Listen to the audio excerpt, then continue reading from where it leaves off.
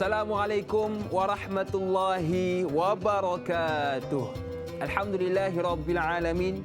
Wassalatu wassalamu ala rasulina wa habibina wa syafi'ina wa tabibi qulubina wa qudwatina wa zukhrina wa maulana Muhammad wa ala alihi wa sahbihi ajma'in wa man tabi'ahum bi ihsanin ila yaumiddin, amma ba'.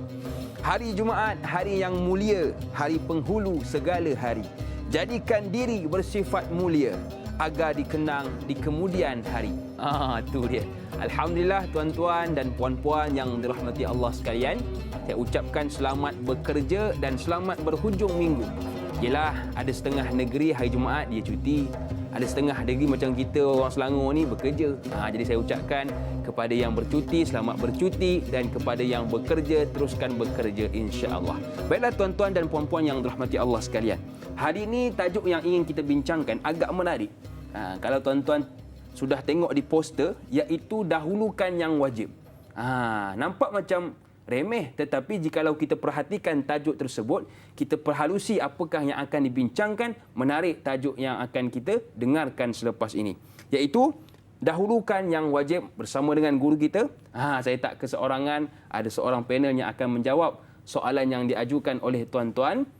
Tak lain tak bukan Al-Fadhil Ustaz Roslan Muhammad. Apa khabar Ustaz? Alhamdulillah, sihat walafiat. Alhamdulillah. Apa mungkin Ustaz? Daun Ustaz? selasih, daun kayu, terima kasih, thank you. Itu yang dah dengar tu.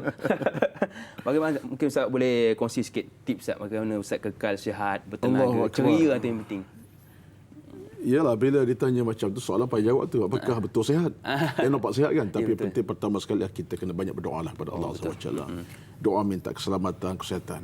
Itu yang paling utama. Pada Allah kita bergantung. Wallahualam.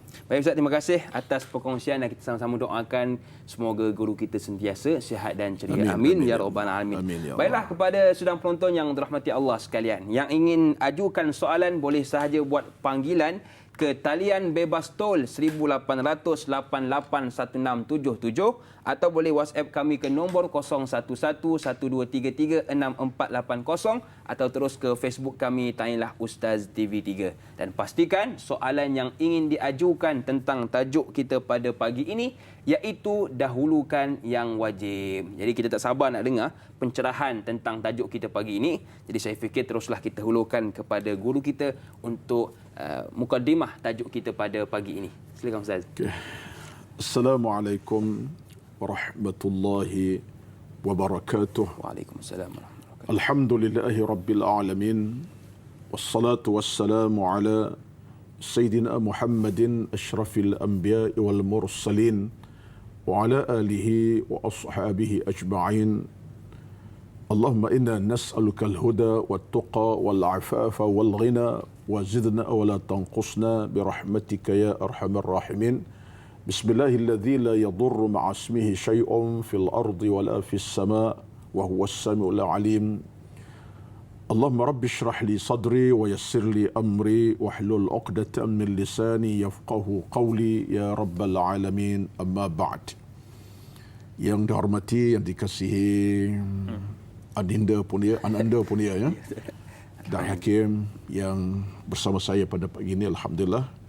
Yang dihormati, yang dikasihi pastinya seluruh para penonton setia TLU yang saban pagi sedia menanti untuk menonton, mendengar, bicara kepada guru-guru kita, para ulama kita khasnya, yang pasti akan jadikan kita lebih memahami tentang agama, menambahkan keimanan dan ketakwaan kita kepada Allah Azza wa Jalla. Bukan kecil maknanya pertemuan langsung begini, kan ia merupakan satu pertemuan yang menghasilkan keberkatan, keredaan, keselamatan insya-Allah. Tuan-tuan dan puan-puan, mudah-mudahan Allah berkati semua. Baik. Dalam perbincangan pada pagi ini saya nak mula dengan satu ayat suci Al-Quranul Karim di surah Az-Zariyat, satu ayat yang telah biasa kita dengar, iaitu firman Allah Subhanahu wa taala, "Wa ma khalaqtul jinna wal insa illa liya'budun. Ma uridu minhum min rizqin wa ma uridu an yut'imun." Az-Zariyat 57. Yang jelas menunjukkan Allah berfirman, tidak kita diciptakan di atas bumi Allah melainkan untuk tujuan al-ibadah, iaitu untuk tujuan ta'abbud, beribadat kepada Allah Azza wa Jalla. Ini asas daripada tujuan penciptaan kita. Dan bila Allah jadikan kita tujuan beribadat, maka Allah garis pandukan kita dengan garis panduan yang menepati kesesuaian dengan kita sebagai manusia. Yang wajib kita patuhi, yang wajib kita laksanakan, dan masih sama juga yang haram kita lakukan.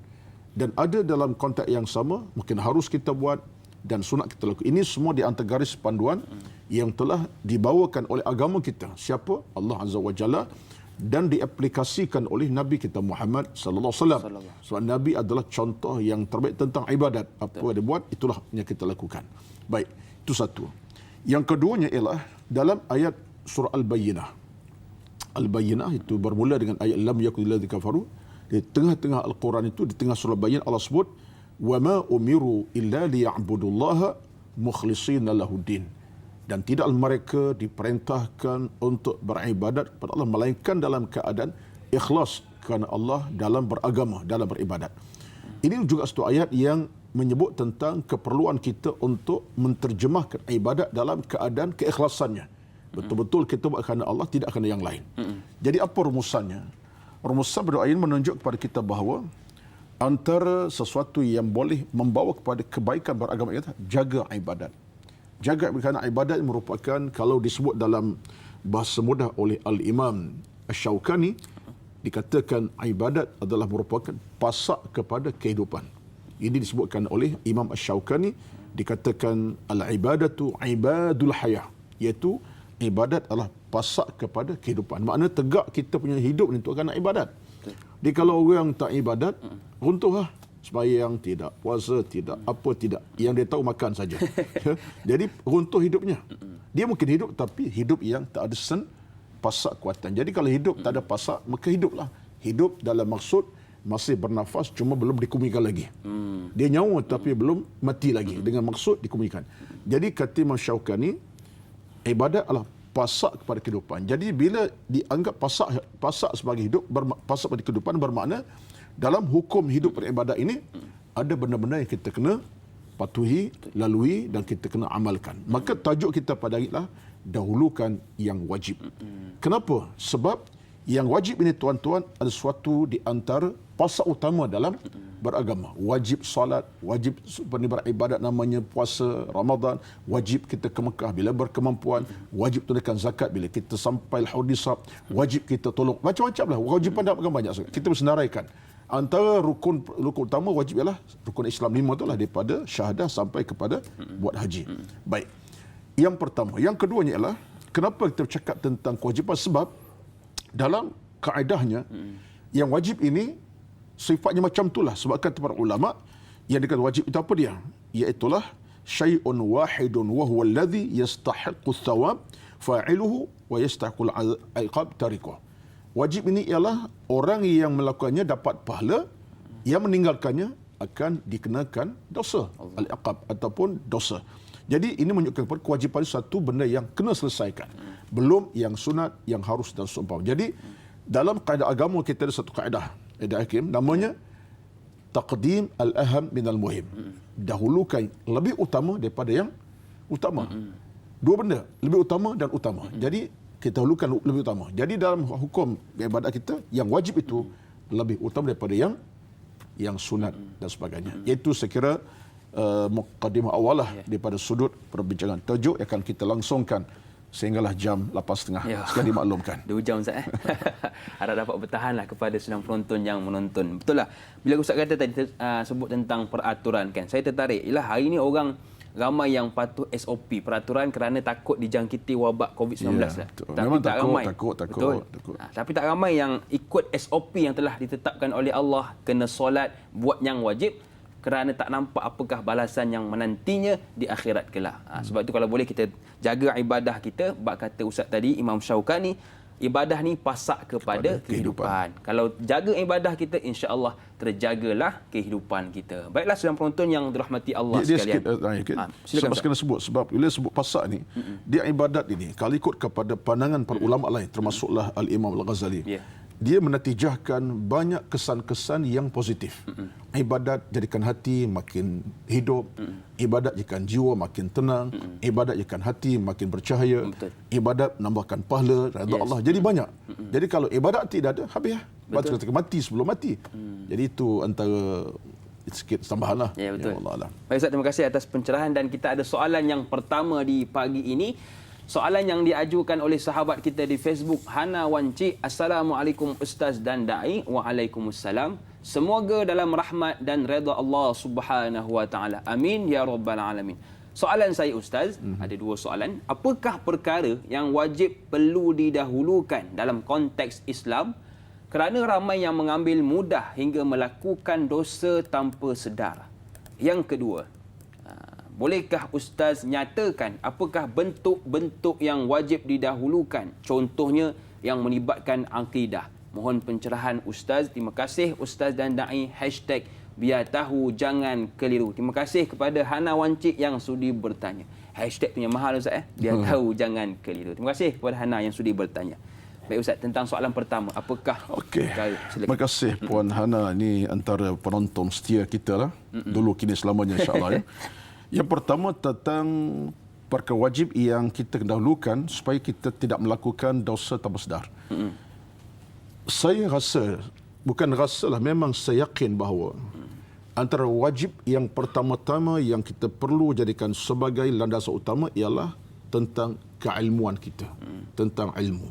Sebab bila kata ilmu yang cukup, dosa kita tak akan buat. Ya, betul. Dosa kita akan terjebak. Betul. Sebab tu Nabi sebut dalam hadis, Nabi kata apa? Tentang kefarduan ilmu, kewajipan ilmu. Talabul ilmi faridatun ala kulli muslimin. Menuntut ilmu wajib. Faridah ini maknanya fard. Ya. Fardun itu wajib. Nabi sebut talabul ilmi faridatun ala kulli muslimin.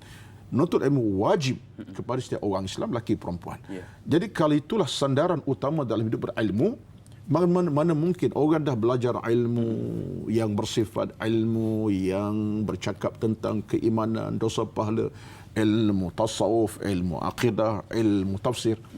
Mudah terjebak dengan dosa? Tak akan mudah lah. Sebab dia ada satu benteng, dia tak akan mudah buat dosa, baik dalam dosa besar atau kecil.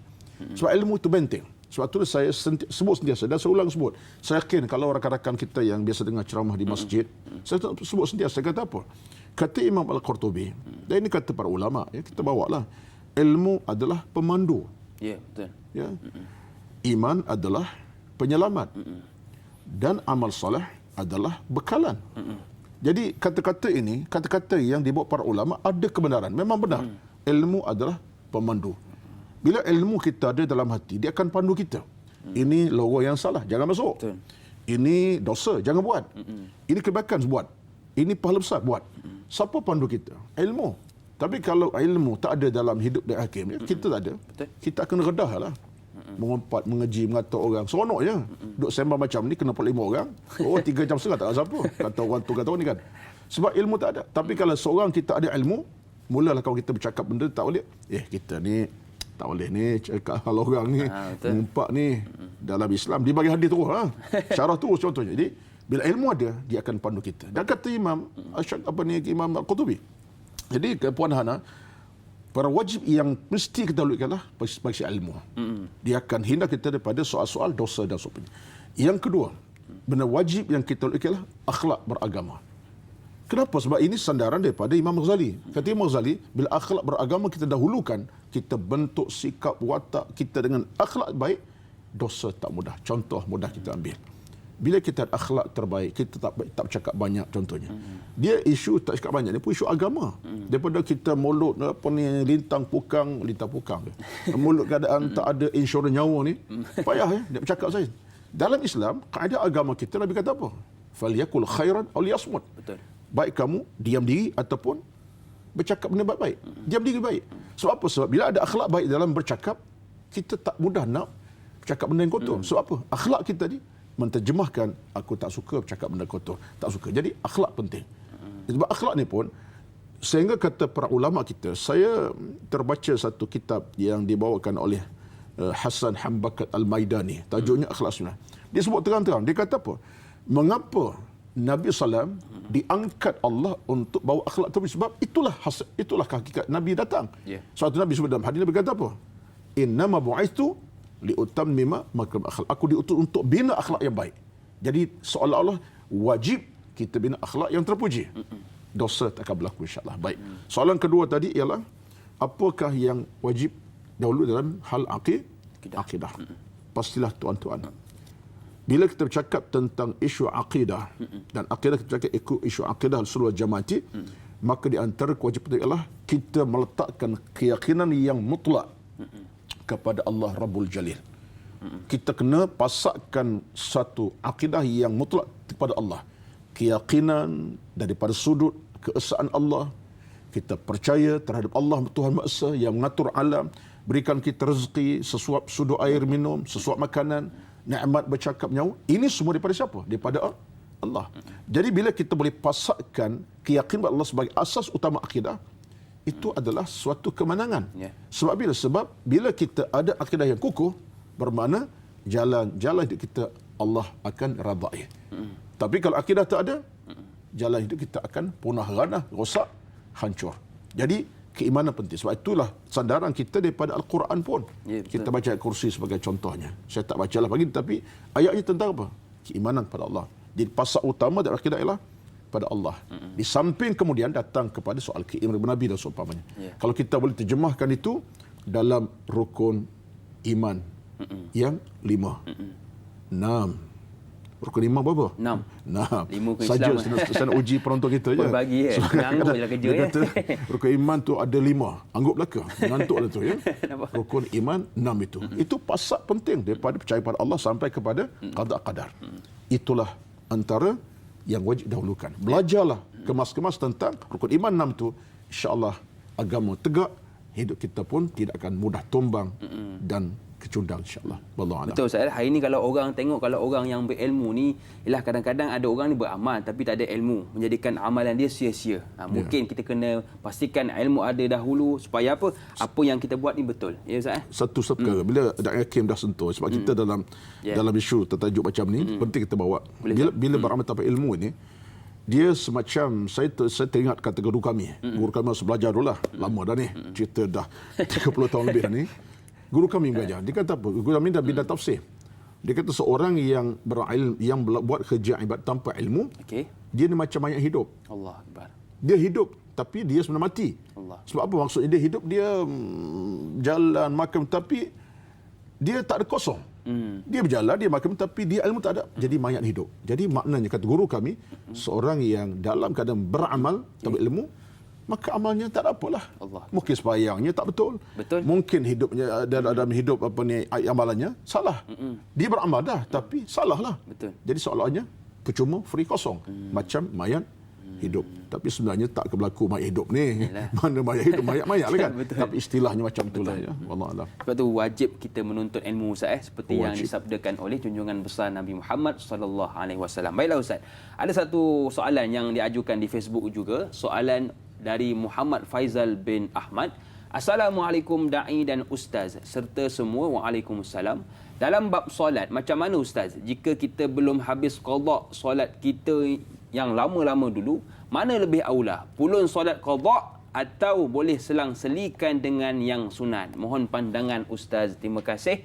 Terima kasih kepada Muhammad Faizal yang sudi bertanya. Ya Ustaz, mana yang lebih aula? Dalam hal ini Muhammad Faizal, kita bercakap dalam bab hukum fiqh dan dalam pandangan umat Syafi'i kita dahulukan yang solat qada daripada yang sunat. Sebab apa? Sebab solat qada ini solat wajib ditunaikan. Sebab kita dah tinggal solat zuhur, asar, maghrib, mungkin isyak, subuh berapa lama. Jadi kewajipan qada itu kewajipan yang tidak terputus daripada kehidupan kita. Yang sunat itu kita lakukan tapi dahulukan salat qada daripada yang sunat. Sebab qada ini merupakan satu hutang dengan Allah Azza wa Jalla. Selesaikan hutang dengan Allah. Wallahu a'lam. Baik Ustaz, terima kasih atas pencerahan. Jadi maksudnya kita nak kena seimbang lah. Bukan baru maksud bila dah qada sampai qabliyah ba'diyah subuh tak ada qabliyah subuh tak ada kemudian ba'diyah subuh tak ada. Mana kita cuba rancang. Sebab tu dalam beribadat ni, saya nak sebut sekali lagi. Boleh tarik boleh. Jangan. Silakan Ustaz. Sebab itulah kata Al-Qardawi. Ini satu kitab Qardawi namanya fi fiqh al-uluhiyah. Fiqh keutamaan. Sebab tu kata kita kena merancang dalam ibadat. Merancang maksud kita cuba sistemkan nilai jaga ibadat kita. Sebab aku tak rancang yang sunat kita rasa tak nak buat sebab sunat je. Jadi ini silap lah. Sebab kita cuba nak gabungkan supaya sistemnya ada. Maksudnya begini. Maksudnya ialah kita rancang. daripada sudut kemampuan kita. Masa cukup, teruskan. Sebab kadang-kadang kita mungkin ada satu masa kita mungkin masa tak cukup. Seorang bekerja dengan meeting dengan macam-macam urusan, tengok-tengok Zuhur 1.17 sekarang. Ini waktu Kuala Lumpur, jangan waktu Sarawak awal lagi. Waktu Sabah awal lagi. Baik, tengok-tengok dah masuk waktu. Kita mungkin nak bekerja kerana meeting. Yang penting wuduk dah siap, kita urus salat Zuhur. Betul. Tapi tak sempat untuk qabliyah. Tak apa. Tapi ada waktu kita sempat untuk qabliyah. Meeting habis pukul 1. Jam Zuhur 1.17. Makna kita boleh menunggu azam untuk solat qabliyah. Jadi rancang. Rancang itu penting. Bila kita merancang, Allah permudahkan urusan-urusan amal dan ilmu kita, insya-Allah. Sebab kepada Allah kita minta, ya Allah tolong ya Allah jadikan aku ni ada kekuatan untuk buat yang sunat dan nak tunaikan yang qada ni pun sama. Wallahu a'lam. Maknanya merancang ni bukan sahaja nak pergi travel, Ustaz. Bukan merancang untuk bercuti saja, tetapi dalam ibadah pun ada nak tidur merancang. belajar juga, nak tidur pun. Kena ada waktunya. Baiklah Ustaz, terima kasih atas pencerahan. Kita nak berehat seketika, insya-Allah kembali selepas ini dalam rancangan Tanyalah Ustaz, biar tahu jangan keliru.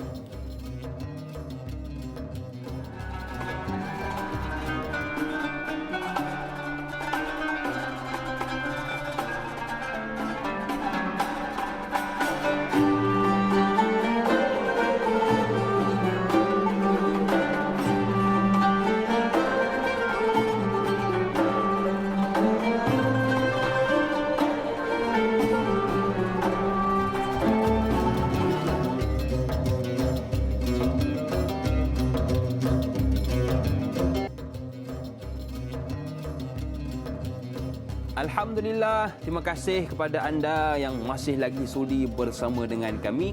Buat anda yang mungkin baru bersama dengan kami pada pagi ini, hari ini kita membincangkan tentang topik ibadah, iaitu dahulukan yang wajib, bersama dengan guru kita Al-Fadhil Ustaz Roslan Muhammad. Jadi kepada anda yang mungkin ada soalan yang ingin diajukan, boleh sahaja buat panggilan ke talian bebas tol 1800 881677 atau boleh WhatsApp kami ke nombor 011 1233 6480 atau terus ke Facebook kami Tanyalah Ustaz TV3. Dan yang menonton menerusi Facebook, kalau boleh tekanlah butang kongsi dan suka, insya-Allah. Baiklah Ustaz dan sedang penonton, kita terus meraihkan soalan yang seterusnya di pagi ini. Soalan yang diajukan oleh sahabat kita di Facebook juga. Dah 3 kali Facebook ni. Mas Ripah Nur, Assalamualaikum Ustaz, Da'i dan semua kru yang bertugas. Waalaikumsalam. Ada 2 soalan. Yang pertama, antara zakat dan sedekah, adakah wajib dahulukan zakat? Adakah kerana mengeluarkan zakat itu hukumnya wajib untuk dilaksanakan, manakala sedekah hanya sunat sahaja? Yang pertama. Yang kedua, apakah hukum mendahulukan ibadah haji dan mengabaikan pembayaran zakat hartanya? Adakah wajib dahulukan zakat sebelum melakukan ibadah haji? Mohon pencerahan Ustaz. Terima kasih. Terima kasih kepada Mas Ripah Nur atas soalan yang sangat menarik. Terima kasih Puan Mas Ripah. Silakan Ustaz. Terima kasih Puan Mas Rifah. Ini pun di antara penanya yang tegar. Baik, terima kasihlah. Soalan-soalan macam ni soalan yang boleh buka minda dan pemikiran para penonton kita lah. Kadang-kadang nampak soalan itu remeh, tapi sebenarnya dia merupakan soalan yang boleh menjurus kepada kefahaman beragama.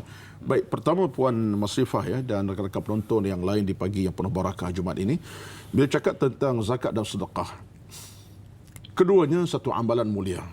Zakat ada hujah dalam Al-Quran, khudh min amwalihim sadaqah tutahhiruhum wa tuzakkihim biha. Bab sedekah pun ada hujah daripada Quran dan hadis. Bahkan Nabi sebut dalam bab sedekah ini, kata Nabi, ma naqasa malun min sadaqati, tak akan berkurang keberkatan orang yang bersedekah. Dua-dua ini amalan beragama. Cuma timbul sekarang ialah sedekah itu biasa disebut sebagai amalan sunat, sedekah yang sunat. Adapun zakat disebut sebagai sedekah yang wajib, sedekah juga. Sebab ada para ulama yang kata bahawa sedekah 2. Sedekah yang wajib, sedekatun wajibatun. Kedua, sedekah yang sunat. Yang sunat sedekah itulah kita sumbang, tengok fakir miskin, tengok anak yatim, contohnya orang dalam kelaparan, kita hulur duit ringgit, contohnya makan dan minum, sedekah. Tapi yang zakat ini ialah amalan tahunan. Bukan bulanan. Jangan salah faham tu. Amalan tahunan. Sekali setahun, bila sampai nisab haulnya, keluarnya sebanyak 2,5%. Itu zakat wajib. Ataupun dikasih sedekah wajib tadi. Baik. Antara keduanya, kita perlu faham bahawa pastilah antara keduanya yang wajib didahulukan. Ya. Jadi wajib itu apa dia? Zakat harta. Termasuk zakat gaji kita lah. Artinya pada masa itu, hulurkanlah zakat namanya harta lebih aula daripada kita bersedekah. Tunaikan itu. Sebab kita kena pastikan. Betul. Yang aulanya adalah, wajibnya adalah itu dia. Baik, dalam bersedekah. Sedekah ini satu amalan yang berterusan. Hari ini, besok, lusa, tulat, sampai sehari pun boleh 4 kali sedekah, tak masalah. Pagi sekali, tengah hari, petang, malam, silakan. Tapi bab zakat, sekali dalam setahun. Jadi, keutamaan itu kita dahulukan. Dah tunaikan zakat sekali setahun, harta tadi, Masya Allah, tambah lagi dengan sedekah-sedekah harian kita. Betul. Maka kita lah seimbangkan. Yang tu dapat pahala, yang ni dapat kemuliaan. Yang tu dapat keberkatan, ni dapat kenikmatan agama iman. Jadi, 2 in 1. Kata orang Jawa, 2 in 1. 2 dalam 1. Ya, dapat pahala yang besar kerana berzakat, dapat kerahmatan kerana bersedekah. Ya. Semua ini unsur-unsur yang mendatang kebaikan. Sebab itulah kata Al-Imam Nawawi, dia kata apa? Seorang yang bila tidak bakhil tentang harta, Ya. dia tak berkata, maka dia seronok. Dia menanti masa bila bayar zakat ni. Kalkulit, kena bayar bulan. Sampai menanti. Menanti. Oh, seronok. Dia menanti, dia kalkulit, dia kira, ni sampai bulan 2 ni kena bayar zakat. Bulan 3, sebab zakat tu untuk kepada kita haulkan kan. Seronok menanti. Kira-kira bulan 3 kena bayar sebanyak 10,000 contohnya bayar zakat. Dia menunggu. Dia pula kata Nawawi, dia seronok nak beri sumbangan dia. Tengok fakir miskin, sedang kelaparan. Tak sebati dia. Dia sedang makan di restoran, masuk orang miskin dalam keadaan mungkin mata buta, contohnya. Jual tisu. Dia boleh sebut kepada pakcik tu, pakcik dah makan ke? Allah. Ya, kalau pakcik tak makan, duduk, saya belanja. Pakcik makan, persilakan. Saya ambil tak banyak, RM10. Pakcik RM8 sudahlah. Maknanya, contohlah ni, bergurau ni. Dinilainya, tengok. Jadi orang macam ni kata, orang yang bijak. Tuan-tuan, kita kena cuba untuk letakkan sebagai trust kepada orang. Soalan yang kedua. Ustaz, sebelum kita nak pergi ke soalan yang kedua, Ustaz, kita nak raikan dulu pemanggil talian. Assalamualaikum. Siapa di sana? Waalaikumsalam warahmatullahi wabarakatuh. Ya. Yang saya hormati pagi ini Ustaz Ladan dan Hakim. Ya. Saya Haji Inon Haji Apa khabar Tuan Haji? Baik, alhamdulillah, mudah-mudahan saya dah sihat. Makin Ya. sihat, makin sihat. Okey, alhamdulillah. Saya doakan insya-Allah. Silakan Tuan. Baik, persoalannya Ustaz ini saya nak pandangan daripada Ustaz lah dan Naik. Ha. Kalau bukan puasa, bulan Ramadan lah Ustaz ya. Kebanyakan orang kita berkecah-kecah sunat bayar sunat tarawih. Sunat tarawih itu sunat muakkad Ustaz kan. Jadi kadang-kadang pada awalnya masjid sampai muat Ustaz untuk kita jemaah datang. Maknanya kalau hari sunat tarawih tak muat-muat. Tapi kalau fardu lah satu sab ke dan macam itu Ustaz. Jadi saya nak minta pandangan Ustaz, macam manakah orang yang macam ini, dan adakah ini didahulukan yang sunat ke didahulukan yang wajib? Ya. Tak pandangan Ustaz. Itu saja soalan. Okay, terima kasih. Assalamualaikum. Waalaikumsalam warahmatullahi wabarakatuh. Terima kasih kepada Tuan Haji Tukinon dari Sukadai Johor, pemanggil setiap ujung nyawa kita Ustaz. Betul saya, hari ini ramai bila tengok Ramadan, solat tarawih penuh masjid, tapi solat fardu satu sah, dua sah. Bagaimana Ustaz? Silakan. Jawapan kalimah pertama saya ialah, inilah kepincangan yang berlaku dalam masyarakat. Rata tempat berlaku macam tu. Jadi kita nak kena betulkan balik. Sebab ibadat adalah ibadat. Ya. Ibadat suatu nikmat besar dalam kita beragama. Tanpa ibadat hidup kita pincang. Tarawih ibadat. Zuhur, asar, isyak, subuh, maghrib ibadat. Sama solat. Soalnya sekarang ialah bila Allah berikan kita keluasan beribadat, bila tiba Ramadan, datanglah tarawihnya. Tapi mengekali sembahyang fardu tiap hari itu satu di antara kewajipan kita kena utamakan. Sekarang ni kita, kalau sebenarnya saya faham sangat bila kita cakap macam ni ada orang akan marah. Kenapa Ustaz nak komen saja, kita kan tarawih ni satu rezeki kita boleh. Kita tak komen tentang soal datang masjid tarawih. Tetapi kita komen daripada sudut keutamaan jadi mana. Kita tak nak, kita nak macam ni. Bagi saya nak macam ni. Kalaulah tarawih itu orang boleh sampai melimpah keluar masjid. Masjid boleh menampung 5,000, katalah menampung 500, tarawih sampai 2,000. Allah Akbar. Alhamdulillah. Kita nak juga. Kenapa tidak zuhur, asar, subuhnya angka yang sama? Betul. 500 patut ada tapi 2,000 melimpah. Apa masalahnya? Jadi kenapa kita jadikan tarawih tu sampai melimpah keluar?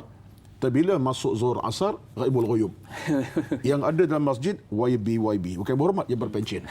Ya, minta bergurau ni kan. Jadi akhirnya, kita dapat tak seimbang. Jadi kepada siapa kita nak sebut ni? Allah Maha Kaya. Allah lihat kita ni berjaya dalam semua perkara. Kamu jaga ibadat wajib, pertahankan yang sunat. Jaga sunat, pertahankan wajib. Ini yang kita nak. Jadi, bila kita cakap macam ni, tuan-tuan jangan marah sebab ini hasrat apa saya. Saya nak saya jaga tarawih, jaga solat fardu. Saya nak jaga saya punya ibadat di masjid, saya hadir ke masjid pada waktu-waktu lain juga. Waktu-waktu. Jadi sama je hakim. Jadi kalau ini kita langsungkan, kita tidak akan kecewa. Kenapa? Sebab kita semakin dekat rapat dengan Allah Azza wa Jalla. Kalau kita mengambil sikap macam tadi, bagi saya kita ada double standard. Kata orang Kelantan, hipokrit. Orang Kelantan hipokrit. Tinggi bahasa Kelantan ni. Kita dapat standard. Seolah-olahnya kita merasakan bahawa Allah tak cerdik, minta maaf lah. Maksud saya ialah, kata sembahyang wajib ni, tak apalah, tak pergi pun, bahkan tinggal tak apa, tak hadir, tak apa ke masjid. Tapi yang sunat, kita hadir. Sampai pukul maghrib, sampai pukul 10 malam. Kita nama hipokrit dengan Allah Azza wa Jalla. Kita double standard Allah. Jadi sikap ini bukan sikap yang betul bagi seorang yang beriman. Sebab itulah kata Al-Imam Al-Ghazali rahmatullah, seorang yang benar-benar tahu tentang ibadat, dia tidak akan kurangkan mana ibadat yang patut dibuat, tak melebihkan apa yang dia buat. Ini orang jaga ibadat. Mana dalam bab tarawih tadi, dia taklah sampai tahap jaga begitu rupa, tapi bila sampai waktu subuh, tak bangkit-bangkit. Yang lebih teruk ialah hari Ramadan, belum subuh tidur dia. dah selesai ni sahur, lena dia. Tengok subuh pukul 7.30. Tak betul lah kan? Jadi ini satu kepincangan yang saya harap bila saya bercakap ini, tuan-tuan anggap sebagai percakapan hati-hati untuk didik kita. Kita ada kelemahan. Saya tak katakan kita manusia yang sebelengkap, tapi tuan-tuan, kelemahan kita mesti kita perbetulkan sesegera mungkin. Wallahu a'lam. Baik, jadi itu yang perlu kita perbetulkan. Kalau boleh solat fardu kita jaga dan kita hiasi dengan solat-solat sunat tarawih tadi. Ya, sebab Haji Talking On minta pandangan, saya tahu isu ni isu dunia. Betul. Bukan isu Malaysia, dunia. Isu Malaysia lah kan. Tapi bagi saya, inilah di antara kewajipan bersama kita. Kalau Haji Talking On ada keluarga, nasihatlah keluarga, anak-anak, jom kita jangan hanya lebihkan tarawih, jaga juga ibadat. Saya ada keluarga sama. Jadi kita kalau kita boleh berpakat, didik keluarga masyarakat, insya-Allah lah satu masa akan datang, peratus yang bermasalah ini akan makin berkuranglah, insya-Allah. Wallahu a'lam. Baik Ustaz, terima kasih atas pencerahan. Kita ada soalan yang kedua tadi yang diajukan oleh Mas Ripah Nur tentang dahulukan haji dan abaikan pembayaran zakat. Ustaz, bagaimana? Baik. Sebab itulah kita sebutkan tadi, persoalan ibadat ini kita kena berhati-hati dan berjaga-jaga. Ibadat zakat satu kewajipan. Ibadat haji satu kefarduan yang sama. Kedua-duanya dalam rukun Islam yang sama. Ya, haji Allah perintah wa'adzim fi nasi bil hajj. Datang haji. Zakat Allah perintah supaya ambil harta, khudh min sadaqah, ambil harta. Baik, tiba-tiba dalam hal ini dahulukan ibadat haji dan kemudian tidak buat ibadat harta zakat tadi. Dia begini tuan-tuan. Persoalan ini persoalan yang agak rumit untuk saya bawa kepada tuan, tapi dua-duanya wajib. Sekarang kita ada satu masalah dalam konteks ibadah haji ini, kerana kemungkinan kita tak dapat nak pergi Mekah dengan mudah, ya, kerana ada di sana urusan-urusan pendaftaran dan sebagainya. Tapi bagi saya penting ialah kita cuba usahakan bila sampai ibadat zakat, tunaikan haknya pada masanya. Dan haji ini kita kadang-kadang dalam sekarang sebab kata ada kita ada sekarang siapa nak ke Mekah, saya ingat dalam 140 tahun ke baru boleh pergi. Kalau tak silap saya, minta maaf kalau orang tahu haji depan television, saya ingat 140 tahun baru boleh pergi. Dalam keadaan itu, kalau kita rezekinya tahun ini dipanggil ke haji, alhamdulillah kita jangka 10 tahun, tapi tiba nama naik. Sebab itu adalah satu panggilan Tuhan, maka tunaikanlah. Yang kemungkinan ibadat kita punya harta tadi tertangguh. Kita tak dianggap dosa pada, cuma gabungan keduanya perlu kita lakukan. Kita mampu harta zakat tunaikan. Belum ke Mekah. Dan bila ada beruang ke Mekah memang dipanggil, silakan.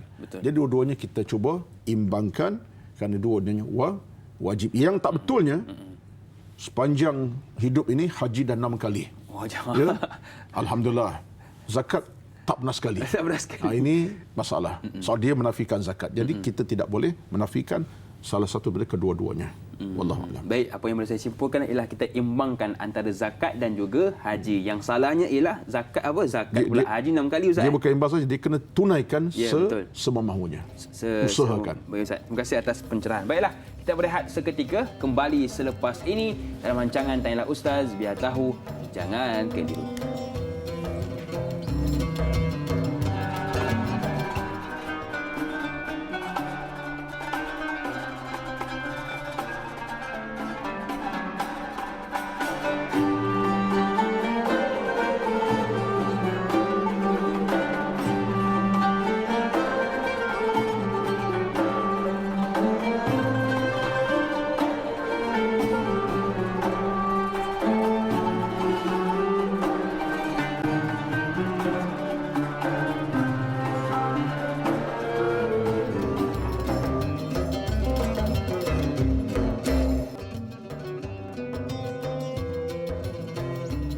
Alhamdulillah, terima kasih kepada anda yang masih lagi sudi bersama dengan kami. Buat anda yang mungkin baru bersama dengan kami, hari ini kita membincangkan topik ibadah, iaitu dahulukan yang wajib bersama dengan guru kita Al-Fadhil Ustaz Roslan Muhammad.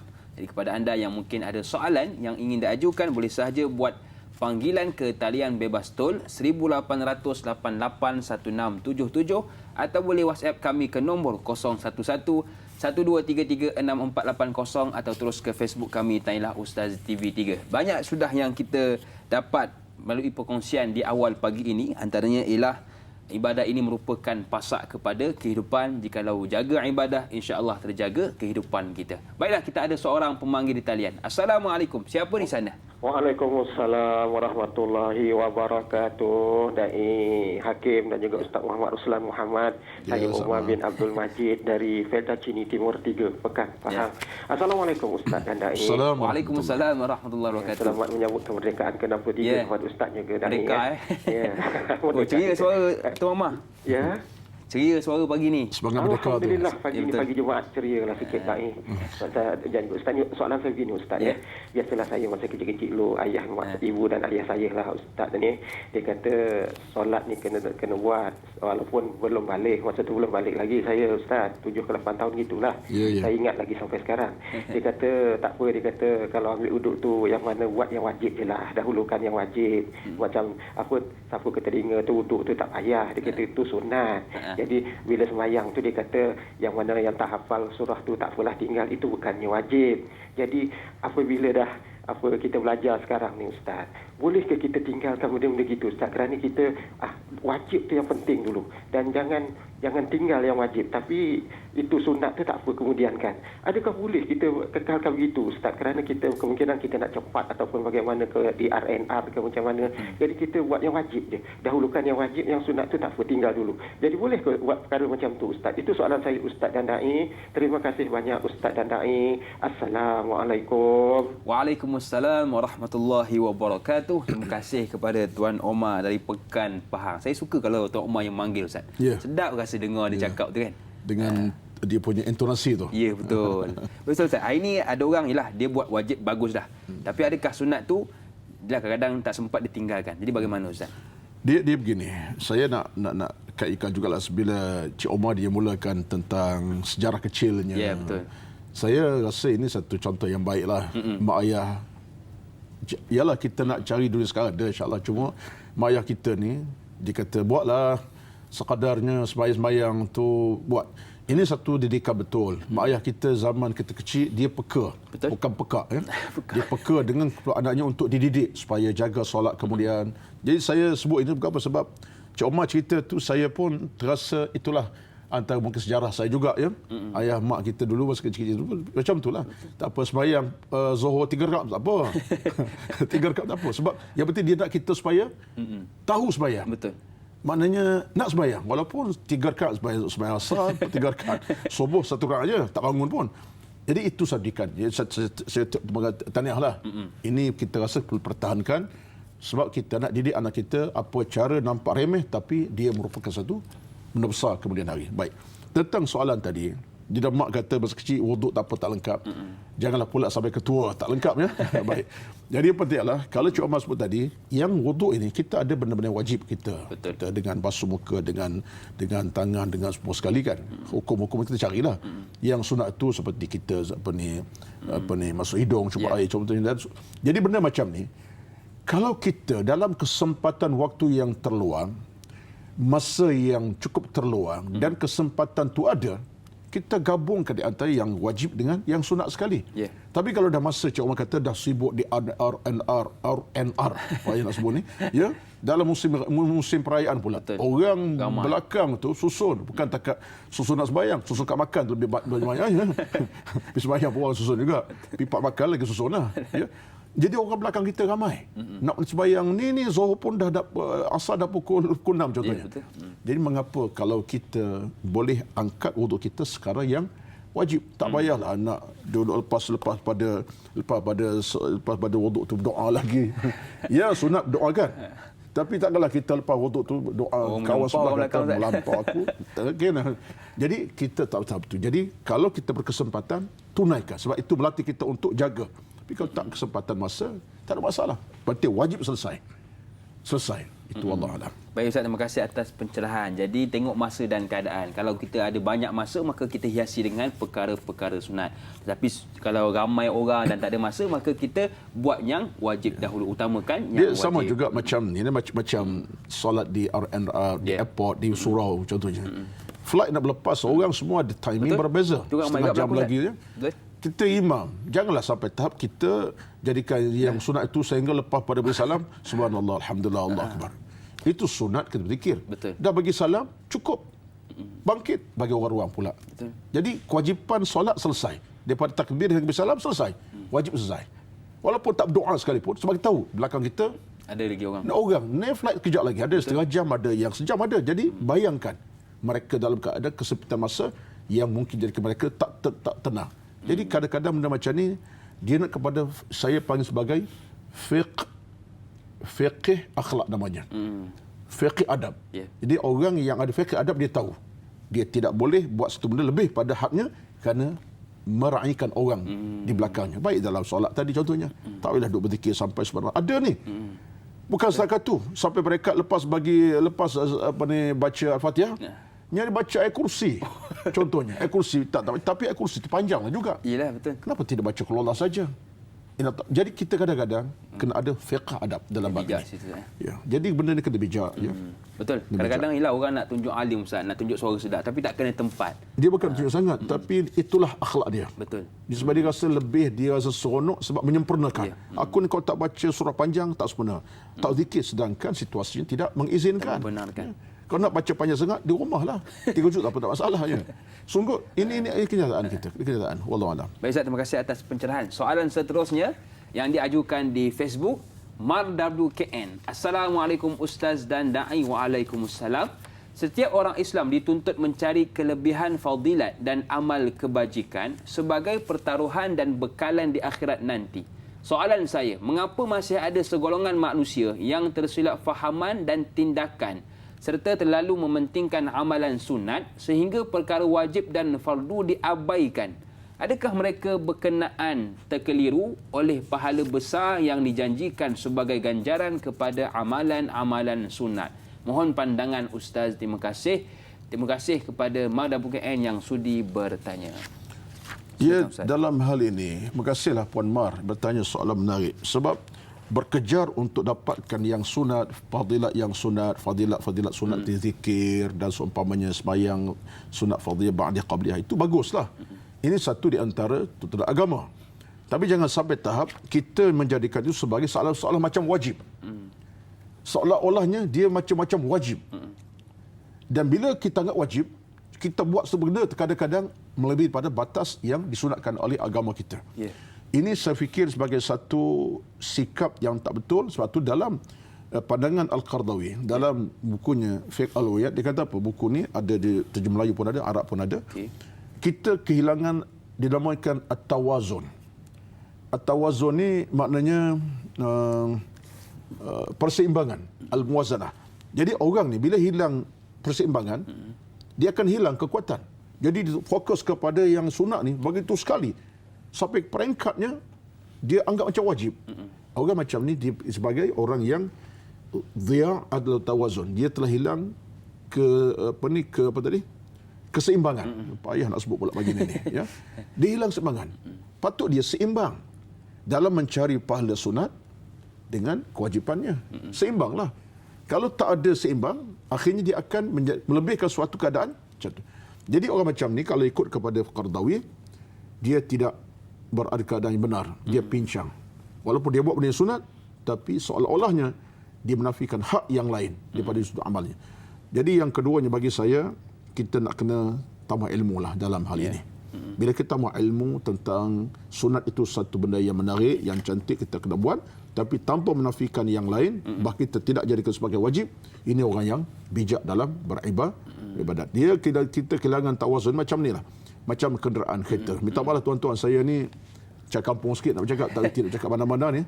Kadang-kadang kita, kenderaan kita ni, dia ni tahu kan, kita ada alignment, kita ada balancing, kita ada servis kan.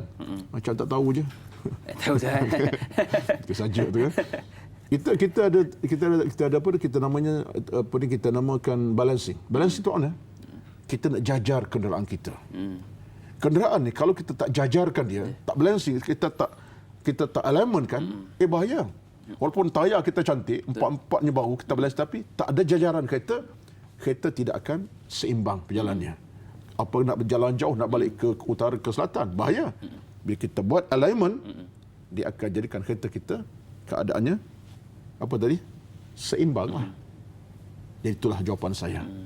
Boleh faham? Alhamdulillah. Baik Ustaz, terima kasih atas pencerahan. Makna hari ini kalau boleh janganlah kita mengejar sunat dan kita sia-siakan yang wajib. Takut-takut Allah tak pandang pun amalan sunat kita sebab kita meninggalkan yang wajib. Jadi kalau boleh kita seimbangkan antara wajib dan yang sunat. Baiklah Ustaz dan sunang penonton, kita ada seorang pemanggil di talian. Assalamualaikum. Siapa di sana? Waalaikumsalam. Abdullah Osman daripada Seremban. Ya, silakan tuan. Ustaz, nak tanya sikit. Umat Islam yang tidak mahu bernikah, maksudnya tidak mahu dijak kabulkan, adakah berdosa? Kerana adakah nikah itu wajib kepada umat Islam tanpa sebab dia tak mahu nikah. Trend sekarang ni Ustaz, ramai yang tidak mahu menikah sampai ketua, sampai mati pun ada. Jadi minta penerangan Ustaz. Terima kasih. Terima kasih kepada Tuan Abdullah dari Seremban yang sudi bertanya. Ramai juga Ustaz ni tak nak menikah Ustaz. Jadi bagaimana Ustaz golongan yang tak nak menikah ni? Ramai saya dengar cerita ramai nak tambah lagi. Itu yang. Jangan dengar yang tak menikah ni. Yang dengar-dengar ni ramai di banyak-banyak orang, bukan saya orang nak tambah tu. Itu dia. Nak akad nikah lagi. Baik, sekian dimaklumkan ya. Baik tuan-tuan sekalian, dia begini. Dalam konteks jawapan kepada Cik Abdullah tadi, asas dalam agama ini ibadat terluas. Nikah ibadat, kita buang sampah jalan pun ibadat, tolong orang ibadat, lagilah solat sembahyang, zakat, haji itu lagi ibadat. Betul. Ini kerangka dalam agama kita. Sebab Allah tidak jadikan agama sempit. Agama ada keluasan. Keluasan itulah yang kita nak kena jadikan sebagai jalan kita. Masya Allah, kalau orang tu hanya sembahyang, zikir, contohnya. Tapi dengan orang tak berlaku adil, contohnya. Mengumpat, mengeji, mencela. Jadi susah juga. Betul. Orang ni ke Mekah pergi Masya Allah. Tapi bab sekadar kedekut bin bakhir nombor 1. Contohnya, tengok orang miskin, demam dia. Tapi pergi Mekah nombor 1. Masya Allah. Jadi benda tak seimbang lah. Rajin ibadat, tapi di jalan nampak sampah, sepak je. Ataupun rajin sembahyang, puasa semua sekali, di jalanan buka tingkap kereta, buang sampah. Allah. Ni pun ada ni. Tengah-tengah driving, dia boleh buka tingkap, onta. Selamba je. Kadang-kadang bekas air lebih teruk, itu pasak durian tu. Makan durian kereta, buang. Kan kena orang cedera mati tu. Ya. Jadi benda macam ni tak seimbang lah. Jadi dalam hukum beragama, Tuan Abdullah dan semuanya, nikah ni satu di antara ibadat yang besar. Cuma kita kena fahamlah, memanglah dalam menikah ada hukum-hukumnya. Ada yang sampai tahap wajib. Ada sampai tahap dilarang. Kalau orang tu memang sudah hilang kemampuan fizikal daripada sudut menikah, tidak ada upaya daripada sudut keperluan seks umpamanya, maka dia tak boleh menikah lah kan. Menikah juga anugerahnya kat orang lain lah. Ya, kalau dia mungkin mati pucuk dan keadaan dia menikah juga. Jadi satu penganiayaan, kezaliman kepada pasangan, baik lelaki baik perempuan. Di dalam Islam kena ada perawatan. Baik. Mungkin masa tu dia haramlah nikahnya. Sebab kalau nikah juga dia aniaya orang, zalim dosa. Ada tahap nikah yang wajib. Dalam keadaan kekuatan fizikal dah cukup lengkap, dia punya pengajian pun dah sampai tahap yang tinggi, gaji dah ada, kemudian keinginan pun dah ada. Tengok orang tak tekam saya contohnya ini pengalaman dari hakim lah. Contohnya, jadi tak tekam saja. Jadi pada masa itu nikah sudah wajib. Sampai Nabi sebut man istata'a minkum al-ba'a fatazawwaj, sampai tahap orang muda-muda yang ada kemampuan kahwin kata Nabi. Tiba-tiba dia tak nak kahwin dalam keadaan dia ada kemampuan, dia rasa aku menikah payah ni, kalau menikah kena jaga anak orang. Daripada menikah ni ada anak-anak susah. Aku nak santai-santai, nak ada apa kata, nak ada close friend kalau contohnya, boleh mana-mana. Minggu ni orang ni, minggu depan orang lain. Ini dah jatuh kepada yang haram. Dua haram. Satu, anda menafikan nikah satu ibadat sebab dia agak payah susah ni. Yang kedua, anda seolah menghalalkan yang haram. Berpasangan tanpa nikah haram.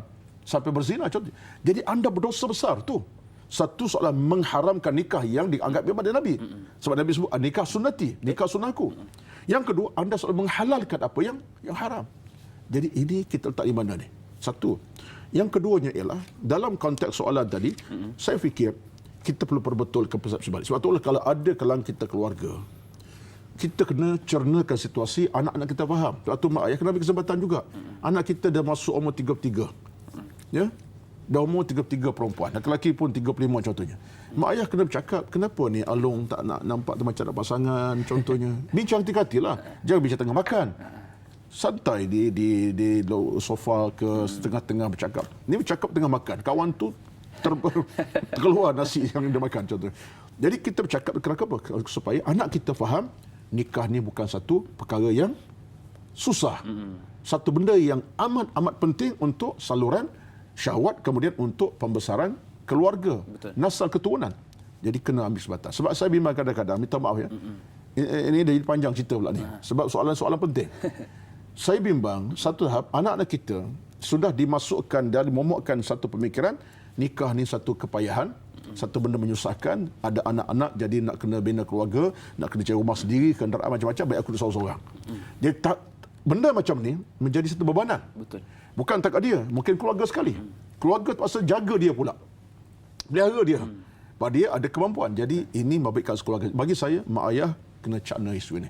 Buka suara berkulup. Bahkan mak ayah pula jangan jadi batu penghalang. Kadang-kadang mak ayah jadi anak tak menikah sebab apa? Mak ayah. Betul. Kau nak menikah orang tu, tengok standard kita. Kita siapa?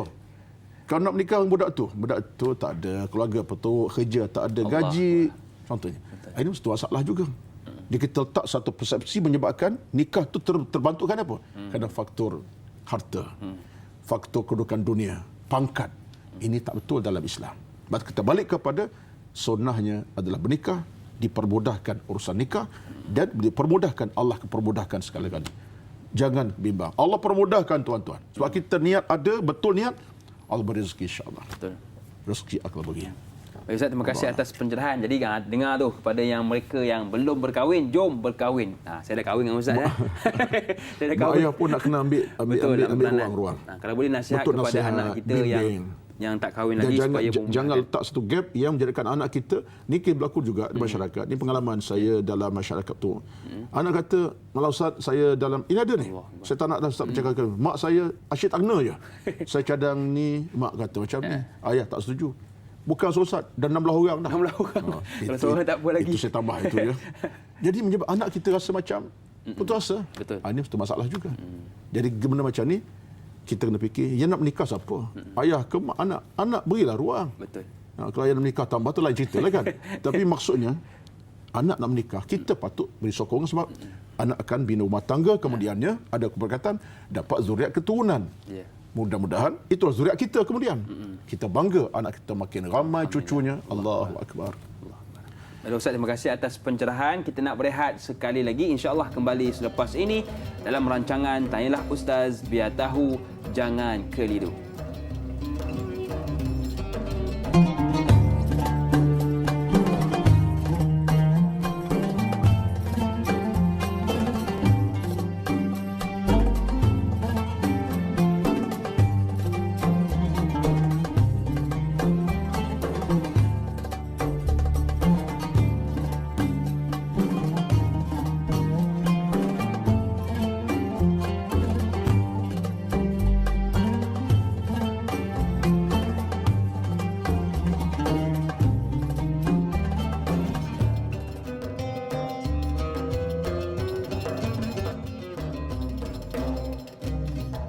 Alhamdulillah, terima kasih kepada anda yang masih lagi sudi bersama dengan kami.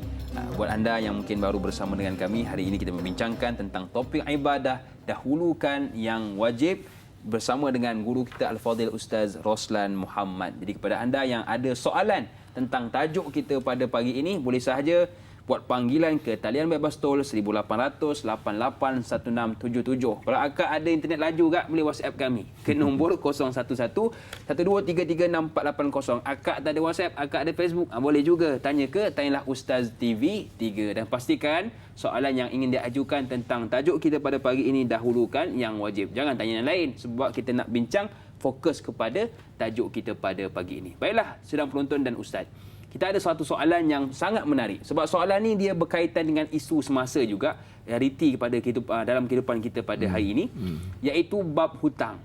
Diajukan oleh sahabat kita di Facebook, Mazni Hassan. Assalamualaikum warahmatullahi wabarakatuh Ustaz dan Da'i serta kru yang terlibat. Waalaikumsalam warahmatullahi wabarakatuh. Dalam bab hutang, ada sesetengah orang selalu menangguh-nangguh untuk membayarnya padahal bukannya tak mampu. Ada yang mendahulukan untuk membelanja makan orang yang dihutangnya dalam jumlah yang melebihi duit yang dihutangnya itu, sedangkan hutang belum lagi dijelaskan. Adakah dengan membelanja makan itu bermakna telah selesai hutangnya dengan orang tersebut? Mohon pencerahan Ustaz. Terima kasih. Terima kasih juga kepada Mazni Hassan yang sudi bertanya. Cantik soalan Ustaz. Soalan yang menarik ni. Saya ingat Puan Mazni dia mengaiti isu masyarakat, dibawa kepada kita soalannya. Saya kira kalau jawapan awal saya, minta maaf lah tuan-tuan, hujah kita bagi, tapi jawapan saya, ini orang cerdik tak bertempat ni. Orang cerdik tak bertempat. Maksudnya dia, katalah saya berhutang dengan hakim lah berhutang dengan saya. Okey, tak masalah, saya berilah kan. Hutang keperluan, saya beri. Tiba-tiba hakim lihat nak bayar. Bukan tak mampu tadi kan. Tiba-tiba belanja saya makan pula tu. Semeja ni tak mahal, 400 sekali makan contohnya. Hutang 300 je. Jadi saya rasa pelik lah. Macam hakim boleh belanja saya makan, saya tak bayar pun hakim bayar. Tapi hutang. Jadi apakah itu kata Puan Zani menyebabkan selesai hutang? Saya kata pertama, orang macam ni cerdik tak bertempat. Kalau dia cerdik, dia berkemampuan, selesaikanlah. Nak belanja kemudian, tu cerita kemudian. Sebab itu bagi saya pertama tuan-tuan, dalam hukum beragama kita ialah hutang adalah suatu perkara yang kita nak kena cermati dan kita ambil cakna. Sebab hutang ni satu bebanan kepada kita. Dalam Islam sampai Nabi ajar kita supaya berdoa, Allahumma inni a'udzubika min ghalabati dain wa khirrijal. Ya Allah, tolong ya Allah, aku ni tanah aku diganggu oleh hutang-hutang dan orang-orang yang menekan aku. Ini doa Nabi. Allahumma inni a'udzubika min ghalabati daini wa khirrijal. Doa tuan-tuan cuba tengok dalam kitab Al-Surat. Amalkan. So bila kita menghidupkan budaya macam ni, insya-Allah lah. Saya tak nafikan. Kadang-kadang kita dalam kesempitan, wang ringgit, urusan anak, urusan keluarga, makan minum. Ada manusia. Kalau manusia semuanya dalam keadaan tenang, tak ada masalah, Hakim. Tapi dia Hakim, kita dalam kesempitan. Mungkin semasa saya kesempit. Jumpa Hakim, tolong ya akhi, anak tak nak banyak, nak dalam 500 tu sebab anak sedemam kat hospital sakit tu tak cukup. Jadi kita dalam hidup beragama kena tolong. Sebab Nabi bersabda, siapa yang tolong kawannya dan kebaikan, Allah akan tolongnya. Itu kenyataan. Hadis pun sebut begitu. Allah permudah urusan kita. Jadi hutang ni satu benda yang baik satu ketika, tapi masalahnya ialah membayarnya. Ketika minta, okey, bayar. Jadi hutang ni bagi saya dua perkara. Hutang ni satu nikmat pada masa dapat, satu musibah pada masa nak bayar. Allah Akbar. Ini hutang. Nikmat pada saat dapat, musibah pada bayar. Masa nak bayar tu kita kira macam, ada orang macam tadi, berkemampuan. Bukan tak boleh bayar, tapi dia melewat-lewatkan, menangguhkan. Tahapnya, dia rasa, tak apalah. Tidak minggu depan, tahun depan. Tahun depan, akhirnya 10 tahun. Akhirnya pergi mati. Sedangkan ia adalah bebanan. Sehingga kata Nabi, roh orang yang meninggalkan hutan tak selesai, Allah gantung. Sampai orang mati syahid. Mati syahid ni tuan-tuan, dalam hadis Nabi sebut, orang yang mati syahid, tapi ditengok hutang tak selesai. Dia tak layak untuk ke syurga dia. Lebih awal pada orang lain. Berat. Batulah makanya bagi saya bila sampai tahap ni, jangan kita ambil mudah. Kepada soalan puan tadi, tak selesai hutang tadi. Walaupun anda belanja kawangan anda dah 16 kali. Itu tak cerdik saya. Tak cerdik. Sebab selesai bila kata, Kim, saya pada hutang, insyaAllah tak betul 2 tahun lepas kan, ataupun 5 tahun lepas, ini 500. Baru selesai. Ataupun, Hakim kata apa? Tak apalah Ustaz, saya dah halalkan, saya anggap itu sebagai hadiah saya. Selesai. Jadi sebab itulah timbalnya tuan-tuan kita bayar, ataupun orang berkaitan kata kepada kita, saya dah halalkan, saya bagi sedekah, bagi hadiah. Hadiah lah kan? Selesai. Jadi ini amalan ni beragamalah namanya. Ustaz, terima kasih atas pencerahan. Sebab tu kalau boleh, jangan jadi macam orang yang tak cerdik. Cerdik biar bertempat. Hang ada duit, hang bayar lah. Ni ada duit disimpan-simpan ditangguh-tangguh. Simpan satu hal. Belanja orang makan pula tu. Belanja kawan tu. Dia tak cerdik lah. Je kan. Dadak kenapa cakap hang-hang pula ni? Sebab kita ada soalan dari utara. Iaitu Kak Ta Nasir dari Pulau Pinang yang bertanya di Facebook. Assalamualaikum Ustaz, Da'i, kru-kru TV3 dan TV9. Waalaikumsalam. Semoga kita semua dalam rahmat kasih sayang dari Allah. Amin.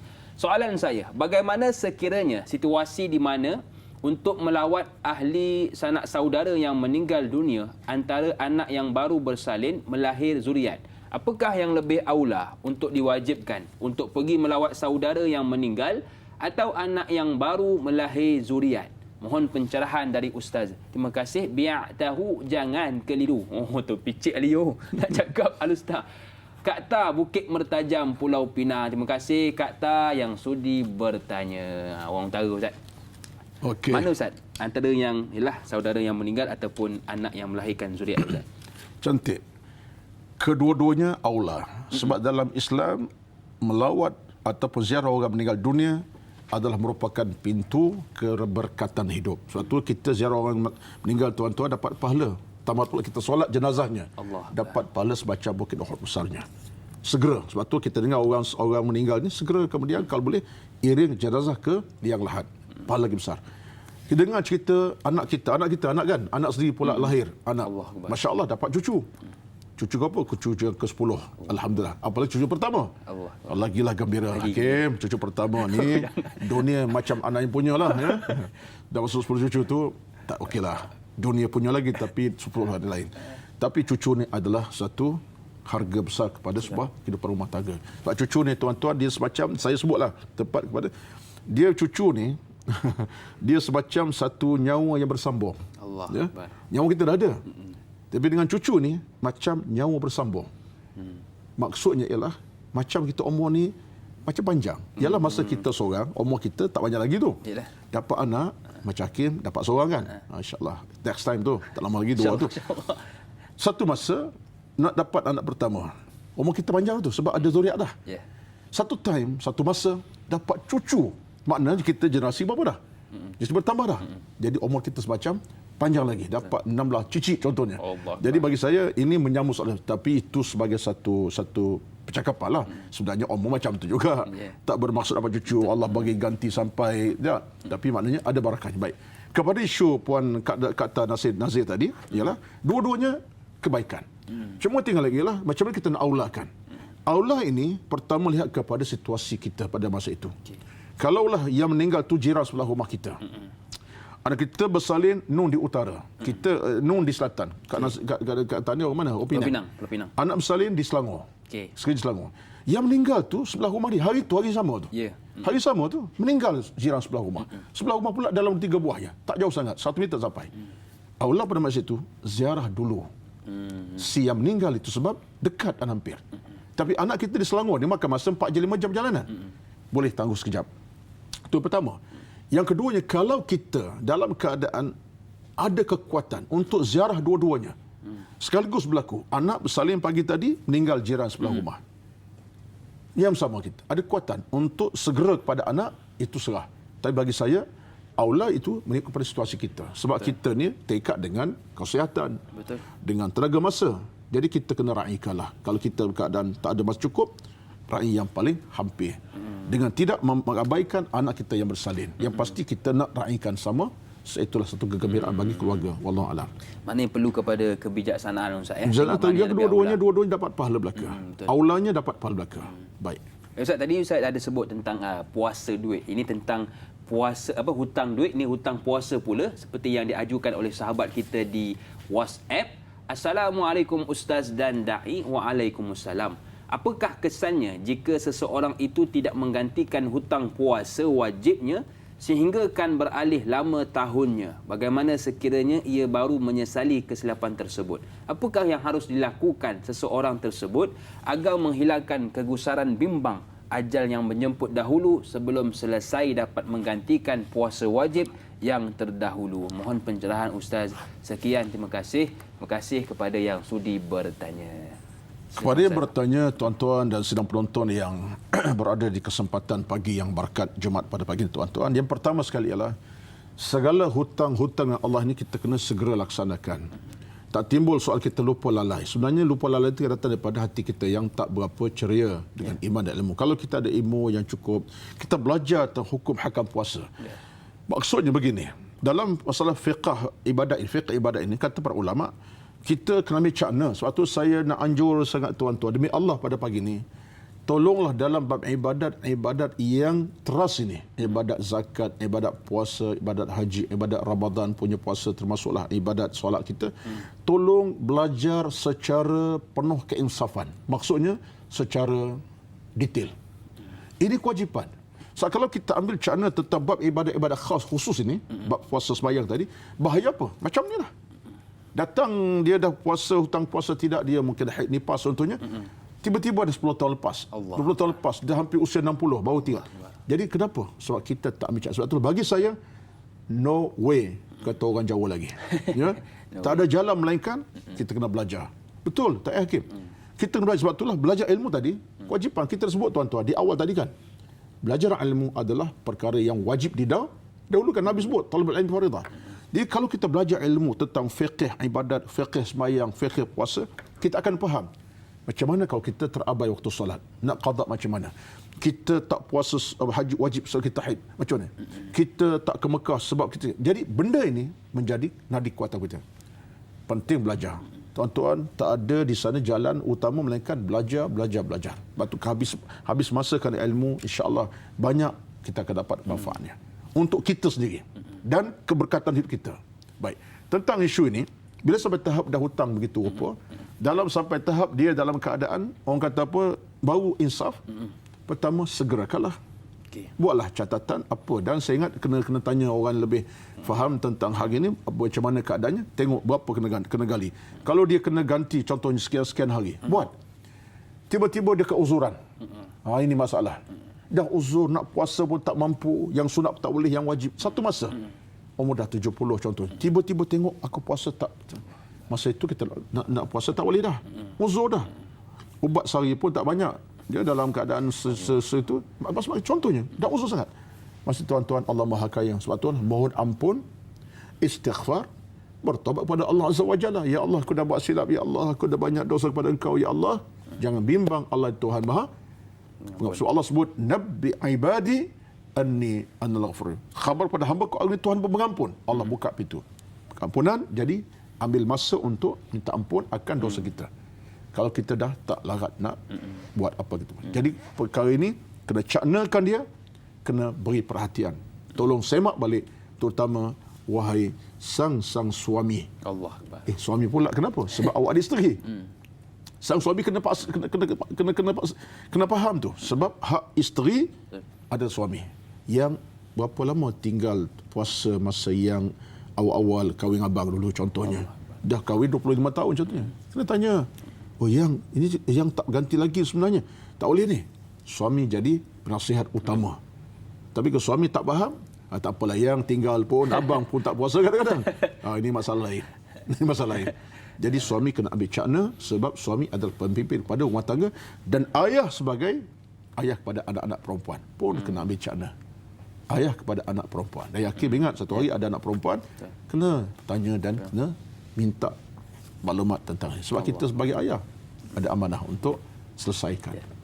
Baik, Ustaz, terima kasih atas pencerahan. Jadi kepada mereka yang ialah mungkin ada tertinggal puasa itu, maka segerakan dan usahalah untuk kita gantikannya dan banyakkan bertaubat, mohon ampun kepada Allah Subhanahu Wa Taala, kerana bab kata Ustaz tadi, Allah itu Maha Pengampun. Baiklah Ustaz. Saya fikir soalan kita pada pagi ini memang banyak menjerumus kepada realiti, Ustaz. Ini pun antara soalan yang orang kata isu semasa juga. Soalan yang diajukan di WhatsApp. Assalamualaikum da'i dan Ustaz. Waalaikumsalam. Bagaimana pula seorang yang mendahului yang wajib dalam masa yang sama meninggalkan kewajipan lain? Contohnya puasa tapi tak solat. Atau solat tapi tak tutup aurat. Puasa, solat, tutup aurat tetapi acuh tak acuh bab bayar zakat dan liat bayar hutang. Adakah orang begini ada harapan masuk syurga? Oh, tu dia soalan dia. Adakah orang begini ada harapan masuk syurga Allah? Mohon pandangan Ustaz. Terima kasih. Terima kasih kepada yang sudi bertanya. Silakan Ustaz. Okeylah, soalan macam ni soalan yang saya fikir soalan semasa masyarakat dan kita pun tidak boleh pandang remeh soalan macam ni. Sebab penyakit ni penyakit yang melata. Ya, sebab kefahaman agama tak cukup, ilmu tak masuk di jantung hati dan tak fokus kepada soal keimanan, maka datanglah penyakit-penyakit ini. Ini penyakit yang berbahaya. Sebab apa? Penyakit ini penyakit yang boleh menggagalkan usaha kita untuk ke syurga Allah Azza wa Jalla. Tapi saya tak ada jawablah dalam sudut yang lain sampai tahap ada harapan ke syurga ke? Kita bukan penghukum, ya. Nahnu du'atun lasna qudah. Kita bukan penghukum, kita para pendakwah mengajak bimbing orang kepada kebaikan. Dia Hakim, tolong jaga akhlak, tolong jaga sembahyang. Itu saja. Tak boleh kata, Dia Hakim, tak sembahyang, neraka. Allah Akbar. Ini jadi satu isu besar. Sebab orang tak boleh terima. Betul. Baik siapa pun kita. Dan keluarga pun, kalau suami kata, yang tak sembahyang, neraka. Tak lama lah tu. Bertumbuk lah suami isteri. Bertumbuk, Tak boleh. Luang motai semua. Jadi kewajipan kita lah didik. Baik. Dalam hal ini, yang bertanya tadi, bagi saya ialah begini. Kaedah yang begini. Isunya adalah bila seorang itu dalam keadaan solat tapi tak zakat, dia berzakat tapi tak tutup aurat, dia solat tiba-tiba dalam hidupnya tak jaga aurat contohnya, ada kepincangan. Jadi ini merupakan satu kepincangan yang mesti diselesaikan segera. Dengan makna yang lain, dia mesti diberi didikan agama yang cukup dan ilmu yang mantap. Pertama, tuan-tuan, dia sendiri, bukan orang lain. Hamba Allah ini sendiri, dia kena faham. Dalam Islam ni, Allah datangkan Islam by package. Islam datang by package. Islam tak datang secara berpecah-pecah. Datangkan dalam bentuk wajib syahadah, sertakan puasa, sertakan zakat, dengan haji sekali, dengan maksud yang lain, aurat dan hukum hakam beragama. Islam by package. Siapa packagekan? Nabi SAW. Nabi telah package kepada kita dan Nabi telah buat, Nabi ajar. Jadi mana kita dalam hal ini? Jadi kalau kita cuba letakkan hukum kita, aku nak solat jaga, aurat tak jaga. Aku solat jaga, zakat tak nak bayar. Aku zakat bayar, tapi solat malas. Jadi kita seolah pecahkan Islam itu. Apa hak kita nak pecahkan Islam? Kita seolah pecahkan Islam. Kita taklah bunuh Islam, tapi kita seolah pecahkan Islam ikut kita punya hati kemahuan. Ini jenayah. Sebab itulah dalam satu hadis Nabi sebut, Nabi kata apa? Al-kayyisu man dana nafsah. Man dana nafsah. Ini hadis Imam Tirmizi. Al-kayyisu man dana nafsah. Orang yang beriman ini, orang yang cerdik dalam mengatur kehidupan beragama. Cerdik macam mana? Dia tahu hukum hakam, dia belajar ilmu, dia akan atur hidup dengan cara yang cerdik. Siapa tu? Man dana nafsah. Orang yang mengatur hidup dengan. Ini kita nak. Jadi tuan-tuan, kewajipan kita tak selesai, melainkan lengkapkan. Allah Ustaz, payah Ustaz. Tidak susah. Yang susah ialah hati kita yang kotor, jiwa kita yang sakit. Islam tak pernah menyusah kita. Datang Islam, Allah tahu spek kita sebagai manusia. Contoh macam kenderaan. Kalau kita beli satu kenderaan, sekian-sekian nama, jenama tak ada sebut ni. Sekian-sekian, dia ada buku, buku panduan tentang kenderaan. Kalau tak bayar kenderaan dah, phone kita pun buku panduan. Kalau jenama ni sekian-sekian nama, panduannya nama. Jangan guna direction buku daripada jenama lain. Betul. Jadi macam Allah beri satu package. Dia tahu kita boleh buat. Boleh tu aurat, boleh sembahyang. Boleh zakat, boleh solat. Allah Maha sempurna. Yang tak sempurna kita. Sebab apa? Hati rosak, jiwa mati, ilmu tak masuk, tak nak belajar. Itu saja. Wallahualam. Baiklah Ustaz, terima kasih atas pencerahan. Alhamdulillah kita pun sudah berada di penghujung rancangan Tanya Ustaz di TV3 ya. TV3 Tanya Ustaz di TV3 akan berakhir di sini. Tetapi teruskan menonton siaran tambahan 30 minit di TV9 insya-Allah. Tanyalah Ustaz, biar tahu jangan keliru.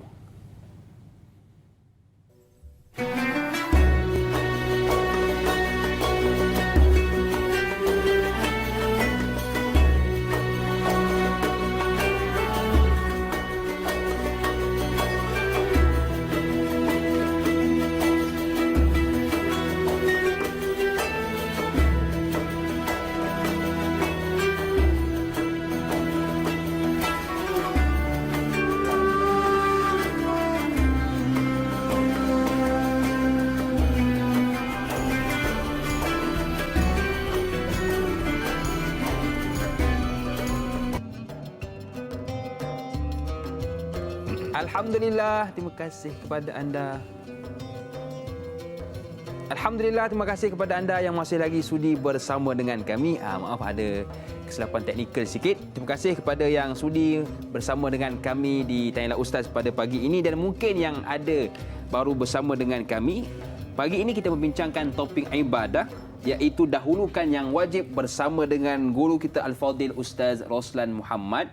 Jadi kepada anda yang mungkin ada soalan tentang tajuk kita pada pagi ini, boleh saja buat panggilan ke nombor 1800881677 atau boleh ke WhatsApp kami 0111233480 atau terus ke Facebook kami Tanyalah Ustaz TV3. Banyak yang sudah kita bincangkan tentang tajuk dahulukan yang wajib. Baiklah, kita nak terus meraihkan soalan seterusnya. Soalan yang diajukan oleh Kasih Nurul Shah di Facebook. Assalamualaikum Ustaz dan Da'i serta kru Tanyalah Ustaz. Waalaikumsalam. Moga dalam rahmat Allah. Amin. Tuntutan nafkah salah satu perkara wajib dalam sebuah keluarga. Soalan saya, berdosakah isteri yang mencari nafkah sedangkan suami duduk di rumah goyang kaki tanpa alasan yang munasabah? Mohon pencerahan Ustaz. Terima kasih. Terima kasih kepada Kasih Nurul Shah yang sudi bertanya. Okey, terima kasih kepada Puan Kasih Nurul Shah. Soalan menarik ni. Sebab dia ada satu elemen besar di sini adalah tentang nafkah. Ya. Nafkah dia baca betul ya, nafkah ya. Kita dah melayukan nafkah. Bolehlah. Bahasa Arab nafkah. Nafkah ini suatu di antara kewajipan, suatu di antara senarai wajib penting dalam isu harta ialah nafkah. Senarai wajib penting dalam isu harta adalah nafkah. Nafkah makna kita menjadikan itu sebagai satu ruang kita untuk membina keluarga, jadikan anak lebih tenang, bahagia. Nafkah. Ayah kepada anak-anak, suami pada isteri. Baik. Isu sekarang ialah, dalam hukum beragama, siapa yang wajib melakukan amalan bernafkah ni? Pasti seorang suami. Sebab isteri adalah di bawah tanggungannya. Anak-anak tanggungan si ayah.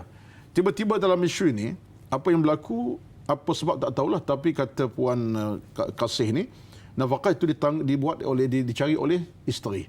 Soalan menarik, soalan kata berdosakah isteri cari nafkah? Saya kata yang berdosa suami. Sebab suami kalau tak cari nafkah, dia berdosa lah. Hingga isteri yang diperintah keluar. Yang keluarlah abang dah rehat. Yang cari harta pagi nak balik keluar balik, tapi abang nak kat rumah, nak goyang kaki, tengok TV. Ni banyak siaran ni. Dia berdosa suami. Betul. Isteri berdosa tidak? Ada jawapan. Yang pertama, isteri memang keluar terpaksa keluar. Sebab kalau tak cari makan, nak makan apa? Betul. Takkan makan gelas yang kaca nak ratah mama, kena ada air untuk diminum. Kena ada makan untuk suap. Isteri keluar tadi dalam keadaan memang kena keluar. Walaupun dapat 10 sen, 20 sen sikit pun, dia tidak berdosa. Melainkan isteri tadi dia keluar tanpa sebab. Dah suami dah cari harta, nafkah cukup. Tiba-tiba kata aku nak cari juga. Suami kata yang tak payah, yang dekat rumah sebagai suri rumah tangga, suri hati abang contohnya. Aduh. Tiba-tiba kata tak, saya pun cari. Itu dosa lah. Sebab dia melanggari suami. Yang keduanya ialah kalau isteri tadi dalam keadaan terpaksa dan suami pula goyang kaki, maka hukumnya suami berdosa, isteri tak berdosa. Cuma di sini tuan-tuan, saya nak sebut secara mudah saja. Kenapalah ada suami-suami macam ni dalam masyarakat kita? Kalau suami dalam keadaan tanpa sebab, dia kata tanpa sebab tadi kan, tanpa alasan. Kalau suami uzur, dah patah kaki kerana aksiden, dah lumpuh, stroke contohnya, lain cerita. Ataupun dah dalam keadaan uzur syar'i, lain cerita. Tapi sekarang kalau suami tanpa alasan, segar bugar, tengok TV pun tak lama, 5 jam, sampai tengok TV, minum teh tarik sampai beli 5 gelas, ya, sampai ini merupakan satu jenayah kepada rumah tangga. Jadi isunya tuan-tuan, sang isteri yang macam ni, pertama anda kena banyak bersabar. Yang kedua, anda kena banyak berdoa kepada Allah Azza wa Jalla. Tapi satu tahap yang ketiga, kalau anda sudah terseksa zahir batin, kerana keluar rumah pagi, jual nasi lemak ke contoh, kena balik petang, cari harta, suami goyang kaki, anda ada hak untuk fasakh dengan suami macam ni. Ada mahkamah, ada hukum yang boleh kita fasakh. Tapi kena cermatlah, kena bincanglah. Tapi jangan sampai kita terseksa. Tambahan pula kena keluar bekerja, kena balon hentam pula ke suami. Balik berapa duit balik banyak ni? Isteri suami pula jadi menteri kewangan tak pasal-pasal. Mana duit? Tengok-tengok dapat RM60, RM50. Kenapa 50? Patut 100. Bagi sebiji contohnya. Yang ni satu kezaliman lah. Dah suruh isteri bekerja tanpa sebab syar'i, kemudian pukul isteri. Yang ni kena ambil tindakan secara lebih aula, iaitulah mahkamah fasakh. Sebab kita tak nak berlaku penganiayaan begini rupa. Sebab kesan besar. Kalau ada anak keluarga, tuan-tuan, minta maaflah. Kalau anak keluarga, anak perhati, ayah tidak macam tu, anak akan jadi kehilangan rasa kepada ayah dan mungkin tak hormat ayah lagi. Rumah tangga makin punah ranah. Wallahu a'lam. Kena rawat segera isu macam ni. Kena rawat. Kena ada pihak yang merawatnya. Wallahu a'lam. Baik Ustaz, terima kasih atas pencerahan. Ini soalan berkaitan dengan suami juga pada pagi ini. Banyak soalan tentang suami yang diajukan di WhatsApp. Assalamualaikum Ustaz dan Da'i Hakim. Waalaikumsalam. Soalan saya, suami atau ketua keluarga perlu memimpin solat jemaah dalam keluarga di rumah. Nabi Muhammad SAW ada menyebut bahawa solat fardu secara berjemaah di masjid lebih baik dari solat berjemaah di rumah. Adakah ini membuktikan wajib ke atas suami dahulukan solat di masjid berbanding di rumah kerana ia lebih afdal untuk kaum lelaki? Apakah hikmahnya mendahulukan solat berjemaah di masjid? Mohon pencerahan Ustaz. Terima kasih.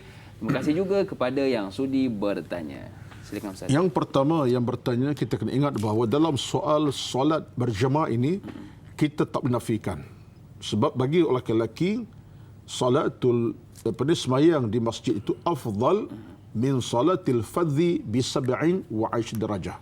Lebihnya sembahyang berjemaah di masjid daripada sembahyang di rumah seorang-seorang, iaitu 27 kali ganda. Ada hari kata 28 kali ganda. 28 kali ganda. Yang penting ini hadis yang sahih, Bukhari Muslim. Cuma tinggal lagi pada kita ialah kewajipan ini kena pertahankanlah. Dan ada lebih baik kalau dalam hubungan rumah tangga ini ada di sana kemuliaan hubungan suami isteri. Isteri bereda dengan suami ke masjid, bahkan isteri minta suami, bang, bawalah anak long, abang long kita tu, bawalah abangah kita tu untuk ke masjid sama. Abang long dah umur 12, abangah dah umur 10. Lebih baik kalau isteri desak suami, ajak suami, bukan ajak, desak, suruh suami pimpin anak supaya anak tak terabai. Betul.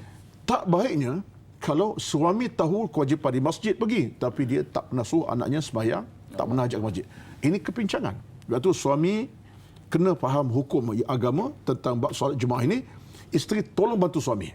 Tinggal lagi ialah kadang-kadang ada ketikanya, saya tak nafikan, rumah tangga ini perlu dibina melalui keharmonian rumah tangga dengan cara contoh yang baik. Suami perlu memimpin anak-anak dalam kediaman. Anak-anak membesar. Isteri kita pun nak keluar rumah tak boleh. Sebab isteri ini solat di rumah tu lebih afdal dalam satu masa. Baik tuan-tuan, apa kata? Ada satu masa tertentu tidak salah kalau suami nak sembahyang jemaah di rumah. Alasan apa? Untuk pimpin anak-anak solat berjemaah. Anak pun faham kewajipan, hampar sejadah, kemudian ayah jadi imam, anak jadi makmun, kemudian duduk dengan isteri. Lama kelamaan budaya macam ni bila kekal dalam rumah tangga, dia kena bawa ke masjid satu hari. Jom hari ni bapa rasa, ayah rasa, papa rasa kita nak sembahyang di masjid. Kita dah solat tadi zuhur di rumah, asar di rumah, jom maghrib kita pergi. Jadi nampak tu. Di warna rumah tangga tu warna yang harmoni. Jemaah di masjid dijagai, di rumah pun dalam kerangka nak mengajar pun dijagai. Alangkah indahnya. Sebab itulah bagi saya, dia isu macam ni, isu kebersamaan suami isteri. Suami kena dibantu isteri dan isteri bantu si suami. Beri bimbingan nasihat. Sebab suami pun jangan kepala tak pasal-pasal. Aku suami, aku kenapa nak suruh aku pergi sembahyang masjid? Aku ketua. Aku ketua. Ini ketua yang tidak ada nilai dalam agama. Ketua nilai dia menghormati pandangan isteri, menerima pandangan isteri dan boleh berbincang dari hati ke hati. Wallahu a'lam. Baik, jadi masing-masing perlu mainkan peranan, suami mainkan peranan suami dan isteri mainkan peranan isteri. Sebab dia masuk dalam kewajipan juga tu. Ya, Dahulukan wajib tadi. Ya. Sebab sembahyang Jumaat tu wajib. Ya. Di rumah dalam kerangka nak mengajar, di masjid kerangka berjemaah ramai. Jadi wajiblah tunaikanlah. Baiklah Ustaz, terima kasih atas pencerahan dan sedang penonton, kita nak berehat sekali lagi, insya-Allah kembali selepas ini dalam rancangan Tanyalah Ustaz, biar tahu jangan keliru.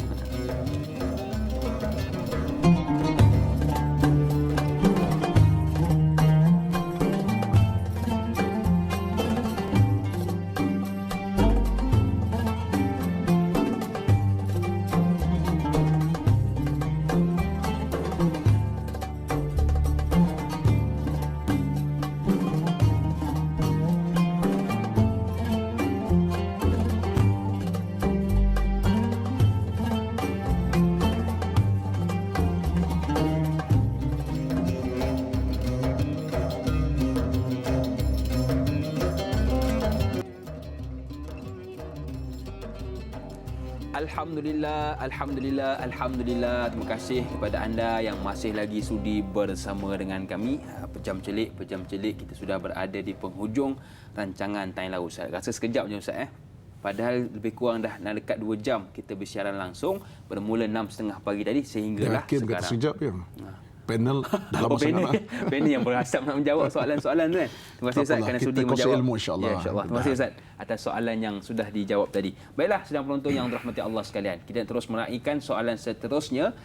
Soalan yang diajukan melalui WhatsApp. Assalamualaikum Ustaz dan Da'i serta kru Tanyalah Ustaz. Waalaikumsalam. Bagaimanakah kedudukan ibadah dan amalan seseorang yang begitu taat, namun dalam masa yang sama dia telah memutuskan silaturahim, malah tidak bertegur sapa dan tidak menjaga hati kedua ibu bapa? Mohon perkongsian ilmu dari Ustaz. Terima kasih kepada yang sudi bertanya. Allahu Akbar ya. Saya nak petik satu kata-kata daripada Yusuf Al-Qaradawi daripada buku beliau Fiqh Aulawiyat ini. Buku ini buku bahasa Arab ni, terjemahan ada. Dia kata apa? Saya petik daripada kedua. Dia kata apa? Adalah satu perkara yang dianggap kekeliruan dan malang apabila seseorang itu menyibukkan diri untuk melakukan kerja ibadat yang sunat. Taat dah macam zikir banyak-banyak, tetapi meninggalkan yang wajib. Taat kepada ayah wajib, taat kepada ibu wajib ditinggalkan. Tapi bab sunat itu dijaga betul-betul. Soalan ini berkait dengan kata-kata Qadhawi amat mengelirukan, amat mengecewakan dia kata. Jadi betul lah. Sebab dalam hukum beragama tuan-tuan, kita bila bercakap tentang soal ketaatan kepada ibu bapa, hubungan ar-rahim, mana ada dalam hadis yang kata benda itu sunat-sunat je. Betul. Yang ada ialah wajib. Sampai Nabi sebut dalam bab ar-rahim ini, jelas terang Nabi sebut, siapa yang putus ar-rahim tidak akan ke syurga Allah Azza wa Jalla. La yadkhulul jannata qati'un.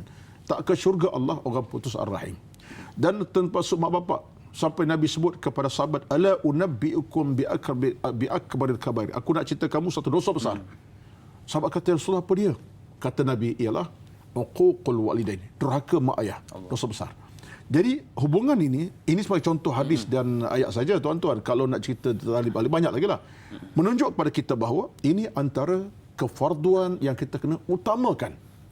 Hormat mak ayah, terutama kalau mak ayah kita sampai tahap dah usia, dah dalam penyakit yang begitu sekali melata dalam hidupnya, dah tak larat. Lagilah utama kita untuk merapati. Dokong-dokonglah dia. Suap-suaplah dia. Rapati tidur sama, tidurlah mak ayah kita. Kalau perlu tidur bersama dengan dia. Sebab apa? Nak jaga. Dia tidur seorang-seorang, mungkin kejang, kaku contohnya.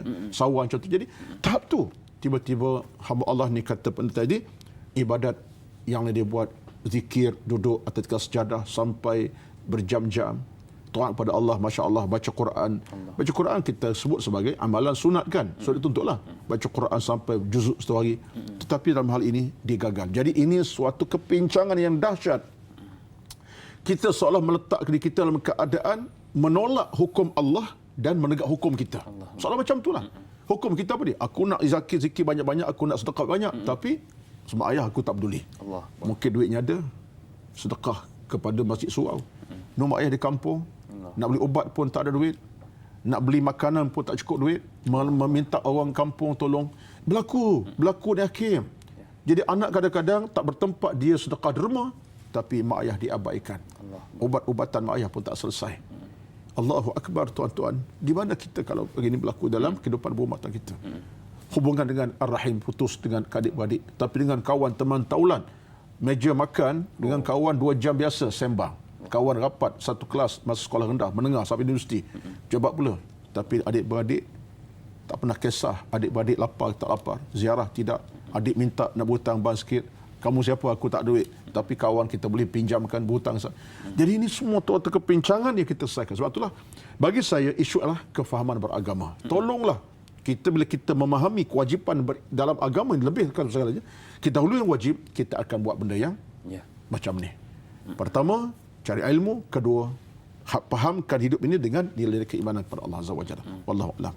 Baik Ustaz, terima kasih atas pencerahan. Subhanallah. Tadi Ustaz sebut tentang ibu bapa. Ya, memang ibu bapa ni ramai yang kadang-kadang terlepas pandang, barangkali mungkin sebab kerja dan terlalu macam kata tadi, ibadah dijaga tetapi mak ayah diabaikan. Itu pun perlu kita perbetulkan. Dia Hakim, saya bila perhati ke bapak ni, kadang-kadang anak ni minta maaf sebab saya ada anak, saya ada keluarga, tuan aku ada anak keluarga.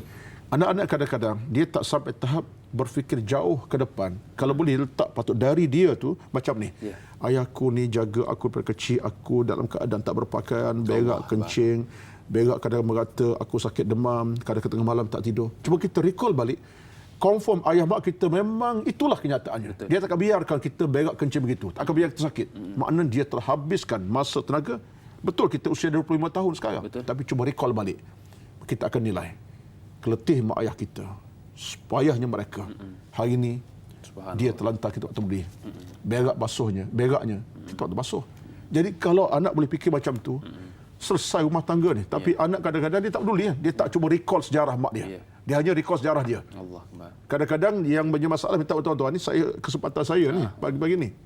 Tuan-tuan, sampai tahap bila kita recall sejarah mak kita, kita hanya pecah kita lah. Kalau mak cakap kasar sikit, mak ni tak suka saya. Mak ni memang suka nak merepek. Macam tu pula Ustaz. Macam pula. Padahalnya, mak merepek sebab sayang. Betul. Cuba recall balik sejarah kita. Mak merepek ni bukan kerana tak sayang. Sayang kita, dijaga kita. Tapi kadang-kadang anak kita, tahap kita selapis ya. Kita tengok dalam lapis, mak kita macam berkeras, macam kasar. Padahal mak tu telah habiskan tenaga masa waktu yang cukup. Habis kepada kita. Sayang. Tuan-tuan saya kalau bab keluarga tak boleh nak tahan air mata lah. Allah. Baiklah Ustaz, tadi Ustaz ada sebut tentang kaum kerabat dan juga rakan. Ini ada satu soalan tentang berkait rapat dengan rakan dan juga kaum kerabat. Soalan yang diajukan melalui WhatsApp. Assalamualaikum Ustaz, Da'i dan semua kru yang bertugas. Waalaikumsalam. Apakah hukum menerima jemputan dan menghadiri sesuatu majlis, contohnya majlis walimatul urus, sekiranya mendapat lebih daripada satu jemputan pada tarikh yang sama, yang manakah wajib untuk didahulukan antara majlis dari kaum kerabat dengan majlis dari rakan dan kenalan yang rapat? Terima kasih Ustaz, terima kasih kepada yang sudi bertanya. Ini betul juga Ustaz Ada bertembung antara kaum kerabat dengan rakan Ustaz. Bagaimanakah? Silakan.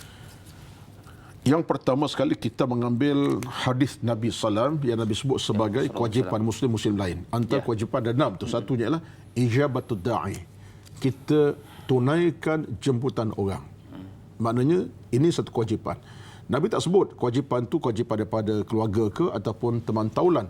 Nabi umumkan hadis, Nabi kata antara akhlak muslim dengan muslim ialah tunaikan jemputan. Jadi mungkin jemputan keluarga, jemputan kawan sebelah rumah kita, kawan pejabat.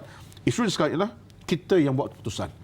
Oleh kerana kita dalam keadaan tidak ada keluasan masa yang cukup untuk hadir semua keadaan.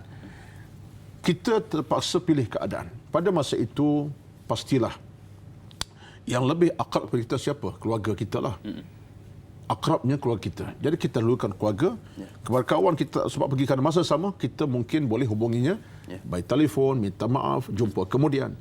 Pada masa itu kan akrab keluarga ni penting. Sebab apa? Hubungan keluarga ni tuan-tuan dalam hukum agama sebut dia satu benda yang kita nak kena sentiasa jitukan, perkukuhkan. Sebab apa? Hubungan keluarga ni hubungan yang bersifat darah daging. Ini penting. Satu. Yang kedua, kalau kita boleh kedua-duanya hadir. Macam tadi keluar semasa ada. Silakanlah. Sebab meraihkan majlis macam ni ada keberkatan. Sebab saya tuan-tuan, ada satu perkara disebutkan oleh para ulama, kita lupa, Imam Nawawi ke Imam Ghazali sebut, kita bila kita boleh sampai tahap meraihkan hak orang lain, baik namanya kenduri kendara ke atau apa saja, ada 3 benda kita dapat. 3 benda. Pertama, pahala kerana meraihkan majlis. Datang tu dapat pahala tu. Di samping dapat makan lah. Itu makan dapat jangan tulis ya. Dapat pahala. Yang kedua, dapat hubungkan ar-rahim. Kita hubung ar-rahim tu. Ar-rahim kita keluarga, ar-rahim dengan kawan teman taulan. Yang ketiga, kita dalam rahmat Allah Azza wa Jalla. Rahmat Allah menanti kita. Sebab apa? Kita hidup ini senangkan orang lain. Kan orang bila jemput kita ni, orang bila kita datang rumah orang, jemput kata Yakin, saya jemput datang kan, datang Yakin. Saya gembira sebenarnya. Betul. Sebab Yakin boleh terima jumpa saya walaupun sekadar teh tarik tanpa kuih. Apa kuih tanpa air contohnya. Tapi kekaratan itu saya raikan. Sekurangnya makanan disediakan. Jadi saya gembira. Tapi kalau saya jemput Yakin dan 16 kali jemput, tak ada datang, hati akan berkata, susah hatilah saya. Jadi sebab itulah bila kita datang meraihkan orang, Allah rahmati kita. Betul. Wallahualam. 3 dapat dalam satu kes yang kita lakukan. Akbar. Jadi siapa yang tak nak 3 perkara ini, iaitu yang pertama, dapat pahala meraih majlis, yang kedua dapat mengeratkan hubungan silaturahim, dan yang ketiga mendapat rahmat Allah Subhanahu wa taala. Rugi besar bagi mereka yang tak dapat ketiga ini. Baiklah Ustaz, disebut tentang wajib. Kita dari pagi sampailah sekarang bincang dahulukan yang wajib. Kita nak tahu juga kenapa kena dahulukan yang wajib. Kenapa? Mungkin Ustaz ada sedikit pencerahan. Okey. Soalan menarik Hakim, di hujung menarik, sebab kita bila bercakap tentang dahulukan yang wajib, ini adalah merupakan ketentuan agama. Sebab bila kita bercakap tentang hukum syarak ataupun al-hakam al-khamsah ini, bercakap tentang wajib, sunat, haram, makruh dan harus atau mubah. Ini siapa punya ni? Ini adalah ketentuan agama yang mengaturi Islam, agama kita, Allah dan Nabi yang mengaturnya. Jadi kalau kita tengok kepada persoalan hukum ini, sehingga kata Al-Imam Ar-Raghib Al-Asfahani, ini soal al-besar, dia kata apa? Dalam menjelaskan kekuatan hukum-hukum dalam Islam ini, pastilah dia sebut tentang wajib ini, maka ia suatu kerangka besar dalam beragama. Wajib solat, wajib zakat, wajib pergi haji, wajib tolong orang, wajib jaga akidah. Makna kata Ar-Aswani ini suatu kerangka besar agama. Jadi kalau kita meremehkan yang wajib, tak turun yang wajib, buat yang tidak wajib sunat, kita seolahnya telah meletak agama kita di dalam keadaan tak sempurna. Contohnya, contoh simple saja. Dia Hakim dalam keadaan solat tak nak. Allah malas. Lihat. Apa lagi? Apa tambahlah ya? Yang wajib lah ni, zuhur asar. Tetapi tarawih tadi, saf depan sekali, belakang tu imam. Adakah dia tu imam? Contohnya. Jadi soal kita meremehkan hukum wajib solat. Yang wajib ini. Jadi kita telah berada keadaan, kata Ar-Aswani, kita telah bincangkan kita punya hati, jiwa dan agama kita. Jadi bila Allah perintah kewajipan, dia kembali kepada kebaikan kita bersama. Itulah sebabnya dahulu yang wajib, kerana yang wajib itu adalah agama punya ketentuan, yang sunat untuk melengkap. Sebab kata ulama, yang wajib ini mungkin kita ada di sana kekurangan. Mungkin kita solat zuhur, solat asar, wajib kan? Tetapi dalam solat itu kita mungkin kehilangan fokus kejap. Betul. Angkat takbir, ingat kunci kereta belum lagi. Bagi salam, ingat tak makan lagi contohnya. Ada kekurangan. Kita solat wajib. Maka yang sunat ini untuk menambahkan apa yang kurang daripada supaya wajib kita. Jadi harga solat wajib ini penting, harga sunat penting sebab menambahkan. Jadi yang wajib dahulukan, yang sunat kita lakukan untuk memberi kebaikan. Itu dari agama. Jadi sebab itulah dalam Islam ni lengkap melengkapi, sempurna menyempurnakan. Wallahu a'lam. Baik Ustaz, terima kasih atas pencerahan. Dahulukan yang wajib dan hiasi dengan sunat. Baiklah Ustaz, kita sudah berada di penghujung rancangan. Mungkin Ustaz ada sedikit kesimpulan ringkas tentang tajuk kita pada pagi ini. Silakan Ustaz. Terima kasih kepada Al-Fadhil dan Hakim yang saya hormati. Saya nak ulang balik satu kata-kata daripada Yusuf Al-Qardawi, daripada bukunya Fiqh Aulawiyat. Dia kata apa? Adalah suatu kekeliruan apabila seseorang menyibukkan diri untuk kerjakan ibadat sunat, meninggalkan yang wajib. Satu kekeliruan. Nak kata salah tidak juga, tapi salah juga. Sebab yang didahulukan yang sunat, wajib tinggalkan. Memang salah lah, tapi keluar. Jadi maknanya kita dalam dunia sekarang ini, kita telah mengelirukan kita dengan sebab kejahilan kita. Betul. Maka rawatan utama untuk tidak jahil ialah dengan mencari ilmu. Bila cari ilmu, belajar ilmu, hukum hakam agama, dia adalah perawat yang tegar yang boleh hilangkan kekusutan dalam soal beragama dan ibadat kepada Allah Azza wa Jalla. Itu satu. Yang keduanya, tuan-tuan, fokus pada yang wajib ini sebenarnya tidaklah satu bebanan. Fokus yang wajib bukan bebanan. Sebab dalam Islam ini bila Allah aturkan kewajipan kita buat kerja ibadat wajib, ia sesuai dengan kemampuan kita. Tak boleh kita kata susahlah, tak ikut spek. Tidak. Ikut spek kemampuan kita. Sebab itu bila Allah kata wajib berzakat, contohnya, boleh bersedekah, tak ada masalah, hari-hari pun zakat wajib. Jangan kata susahlah, sebab apa susah? Sekali setahun Allah minta, bukan minta tiap bulan. Betul. Kalau Allah kata perintah zakat tiap bulan, susah lah. Kena 30%, 30%, tapi Allah minta sekali, sepanjang setahun. Itu satu spek yang sesuai dengan kita. Jadi anggaplah ini semua adalah peluang kita untuk memantapkan keimanan kita dengan cara kita faham, tahu dan belajar apa yang kita patut belajar. Yang ketiganya, tuan-tuan dirahmati Allah sekalian, ingatlah bahawa Islam satu agama yang cukup lengkap, sempurna, mantap. Dia satu agama yang syumul kamil, tak ada kekurangan. Yang kurang kita, yang lemah kita, yang dhaif kita. Kita dan kita. Kita jaga kita. Jaga iman ilmu kita terbaik insya-Allah. Wallahu alam. Itulah sekadar. Baiklah Ustaz, terima kasih atas kesimpulan ringkas dan sedikit doa Ustaz sebagai penutup program kita pada pagi ini. A'udzubillahi minasyaitonirrajim. Bismillahirrahmanirrahim. Amin. Alhamdulillahi rabbil alamin. Amin.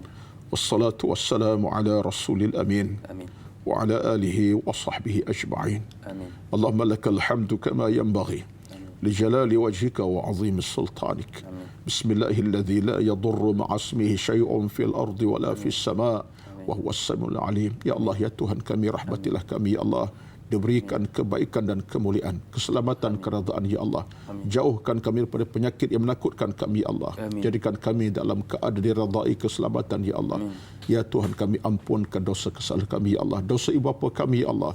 Dosa keluarga kami, anak-anak kami ya Allah. Dosa masyarakat kami ya Allah. Dosa umat seluruh ya Allah. Innaka ala kulli syai'in qadir. Hasbunallah wa ni'mal wakil. Wala hawla wala quwwata illa billahil aliyyil azim. Rabbana atina fid dunya hasanah وفي الآخرة حسنة وقنا عذاب النار. وصلى الله على سيدنا محمد والحمد لله رب العالمين. Amin, amin ya rabbal alamin. Taqabbal ya karim. Terima kasih kepada guru kita Ustaz Roslan yang sudi berkongsi ilmu dengan kita pada pagi ini, dan kepada anda jangan lupa untuk teruskan menonton siaran Tanya Ustaz pada esok pagi bersama dengan moderator Da'i Nizal dan juga panelnya Ustaz Muhadi Joel dengan topik akhlak iaitu adab menegur, bermula 6.30 pagi hinggalah 8.30 pagi. Akhir kata, apa guna membeli parang kalau tak mau turun ke tanah? Apa guna menjadi orang kalau tak tahu amal ibadah? Saya Da'i Hakim, senyum nampak gigi, ada rezeki, jumpa lagi. Assalamualaikum warahmatullahi wabarakatuh.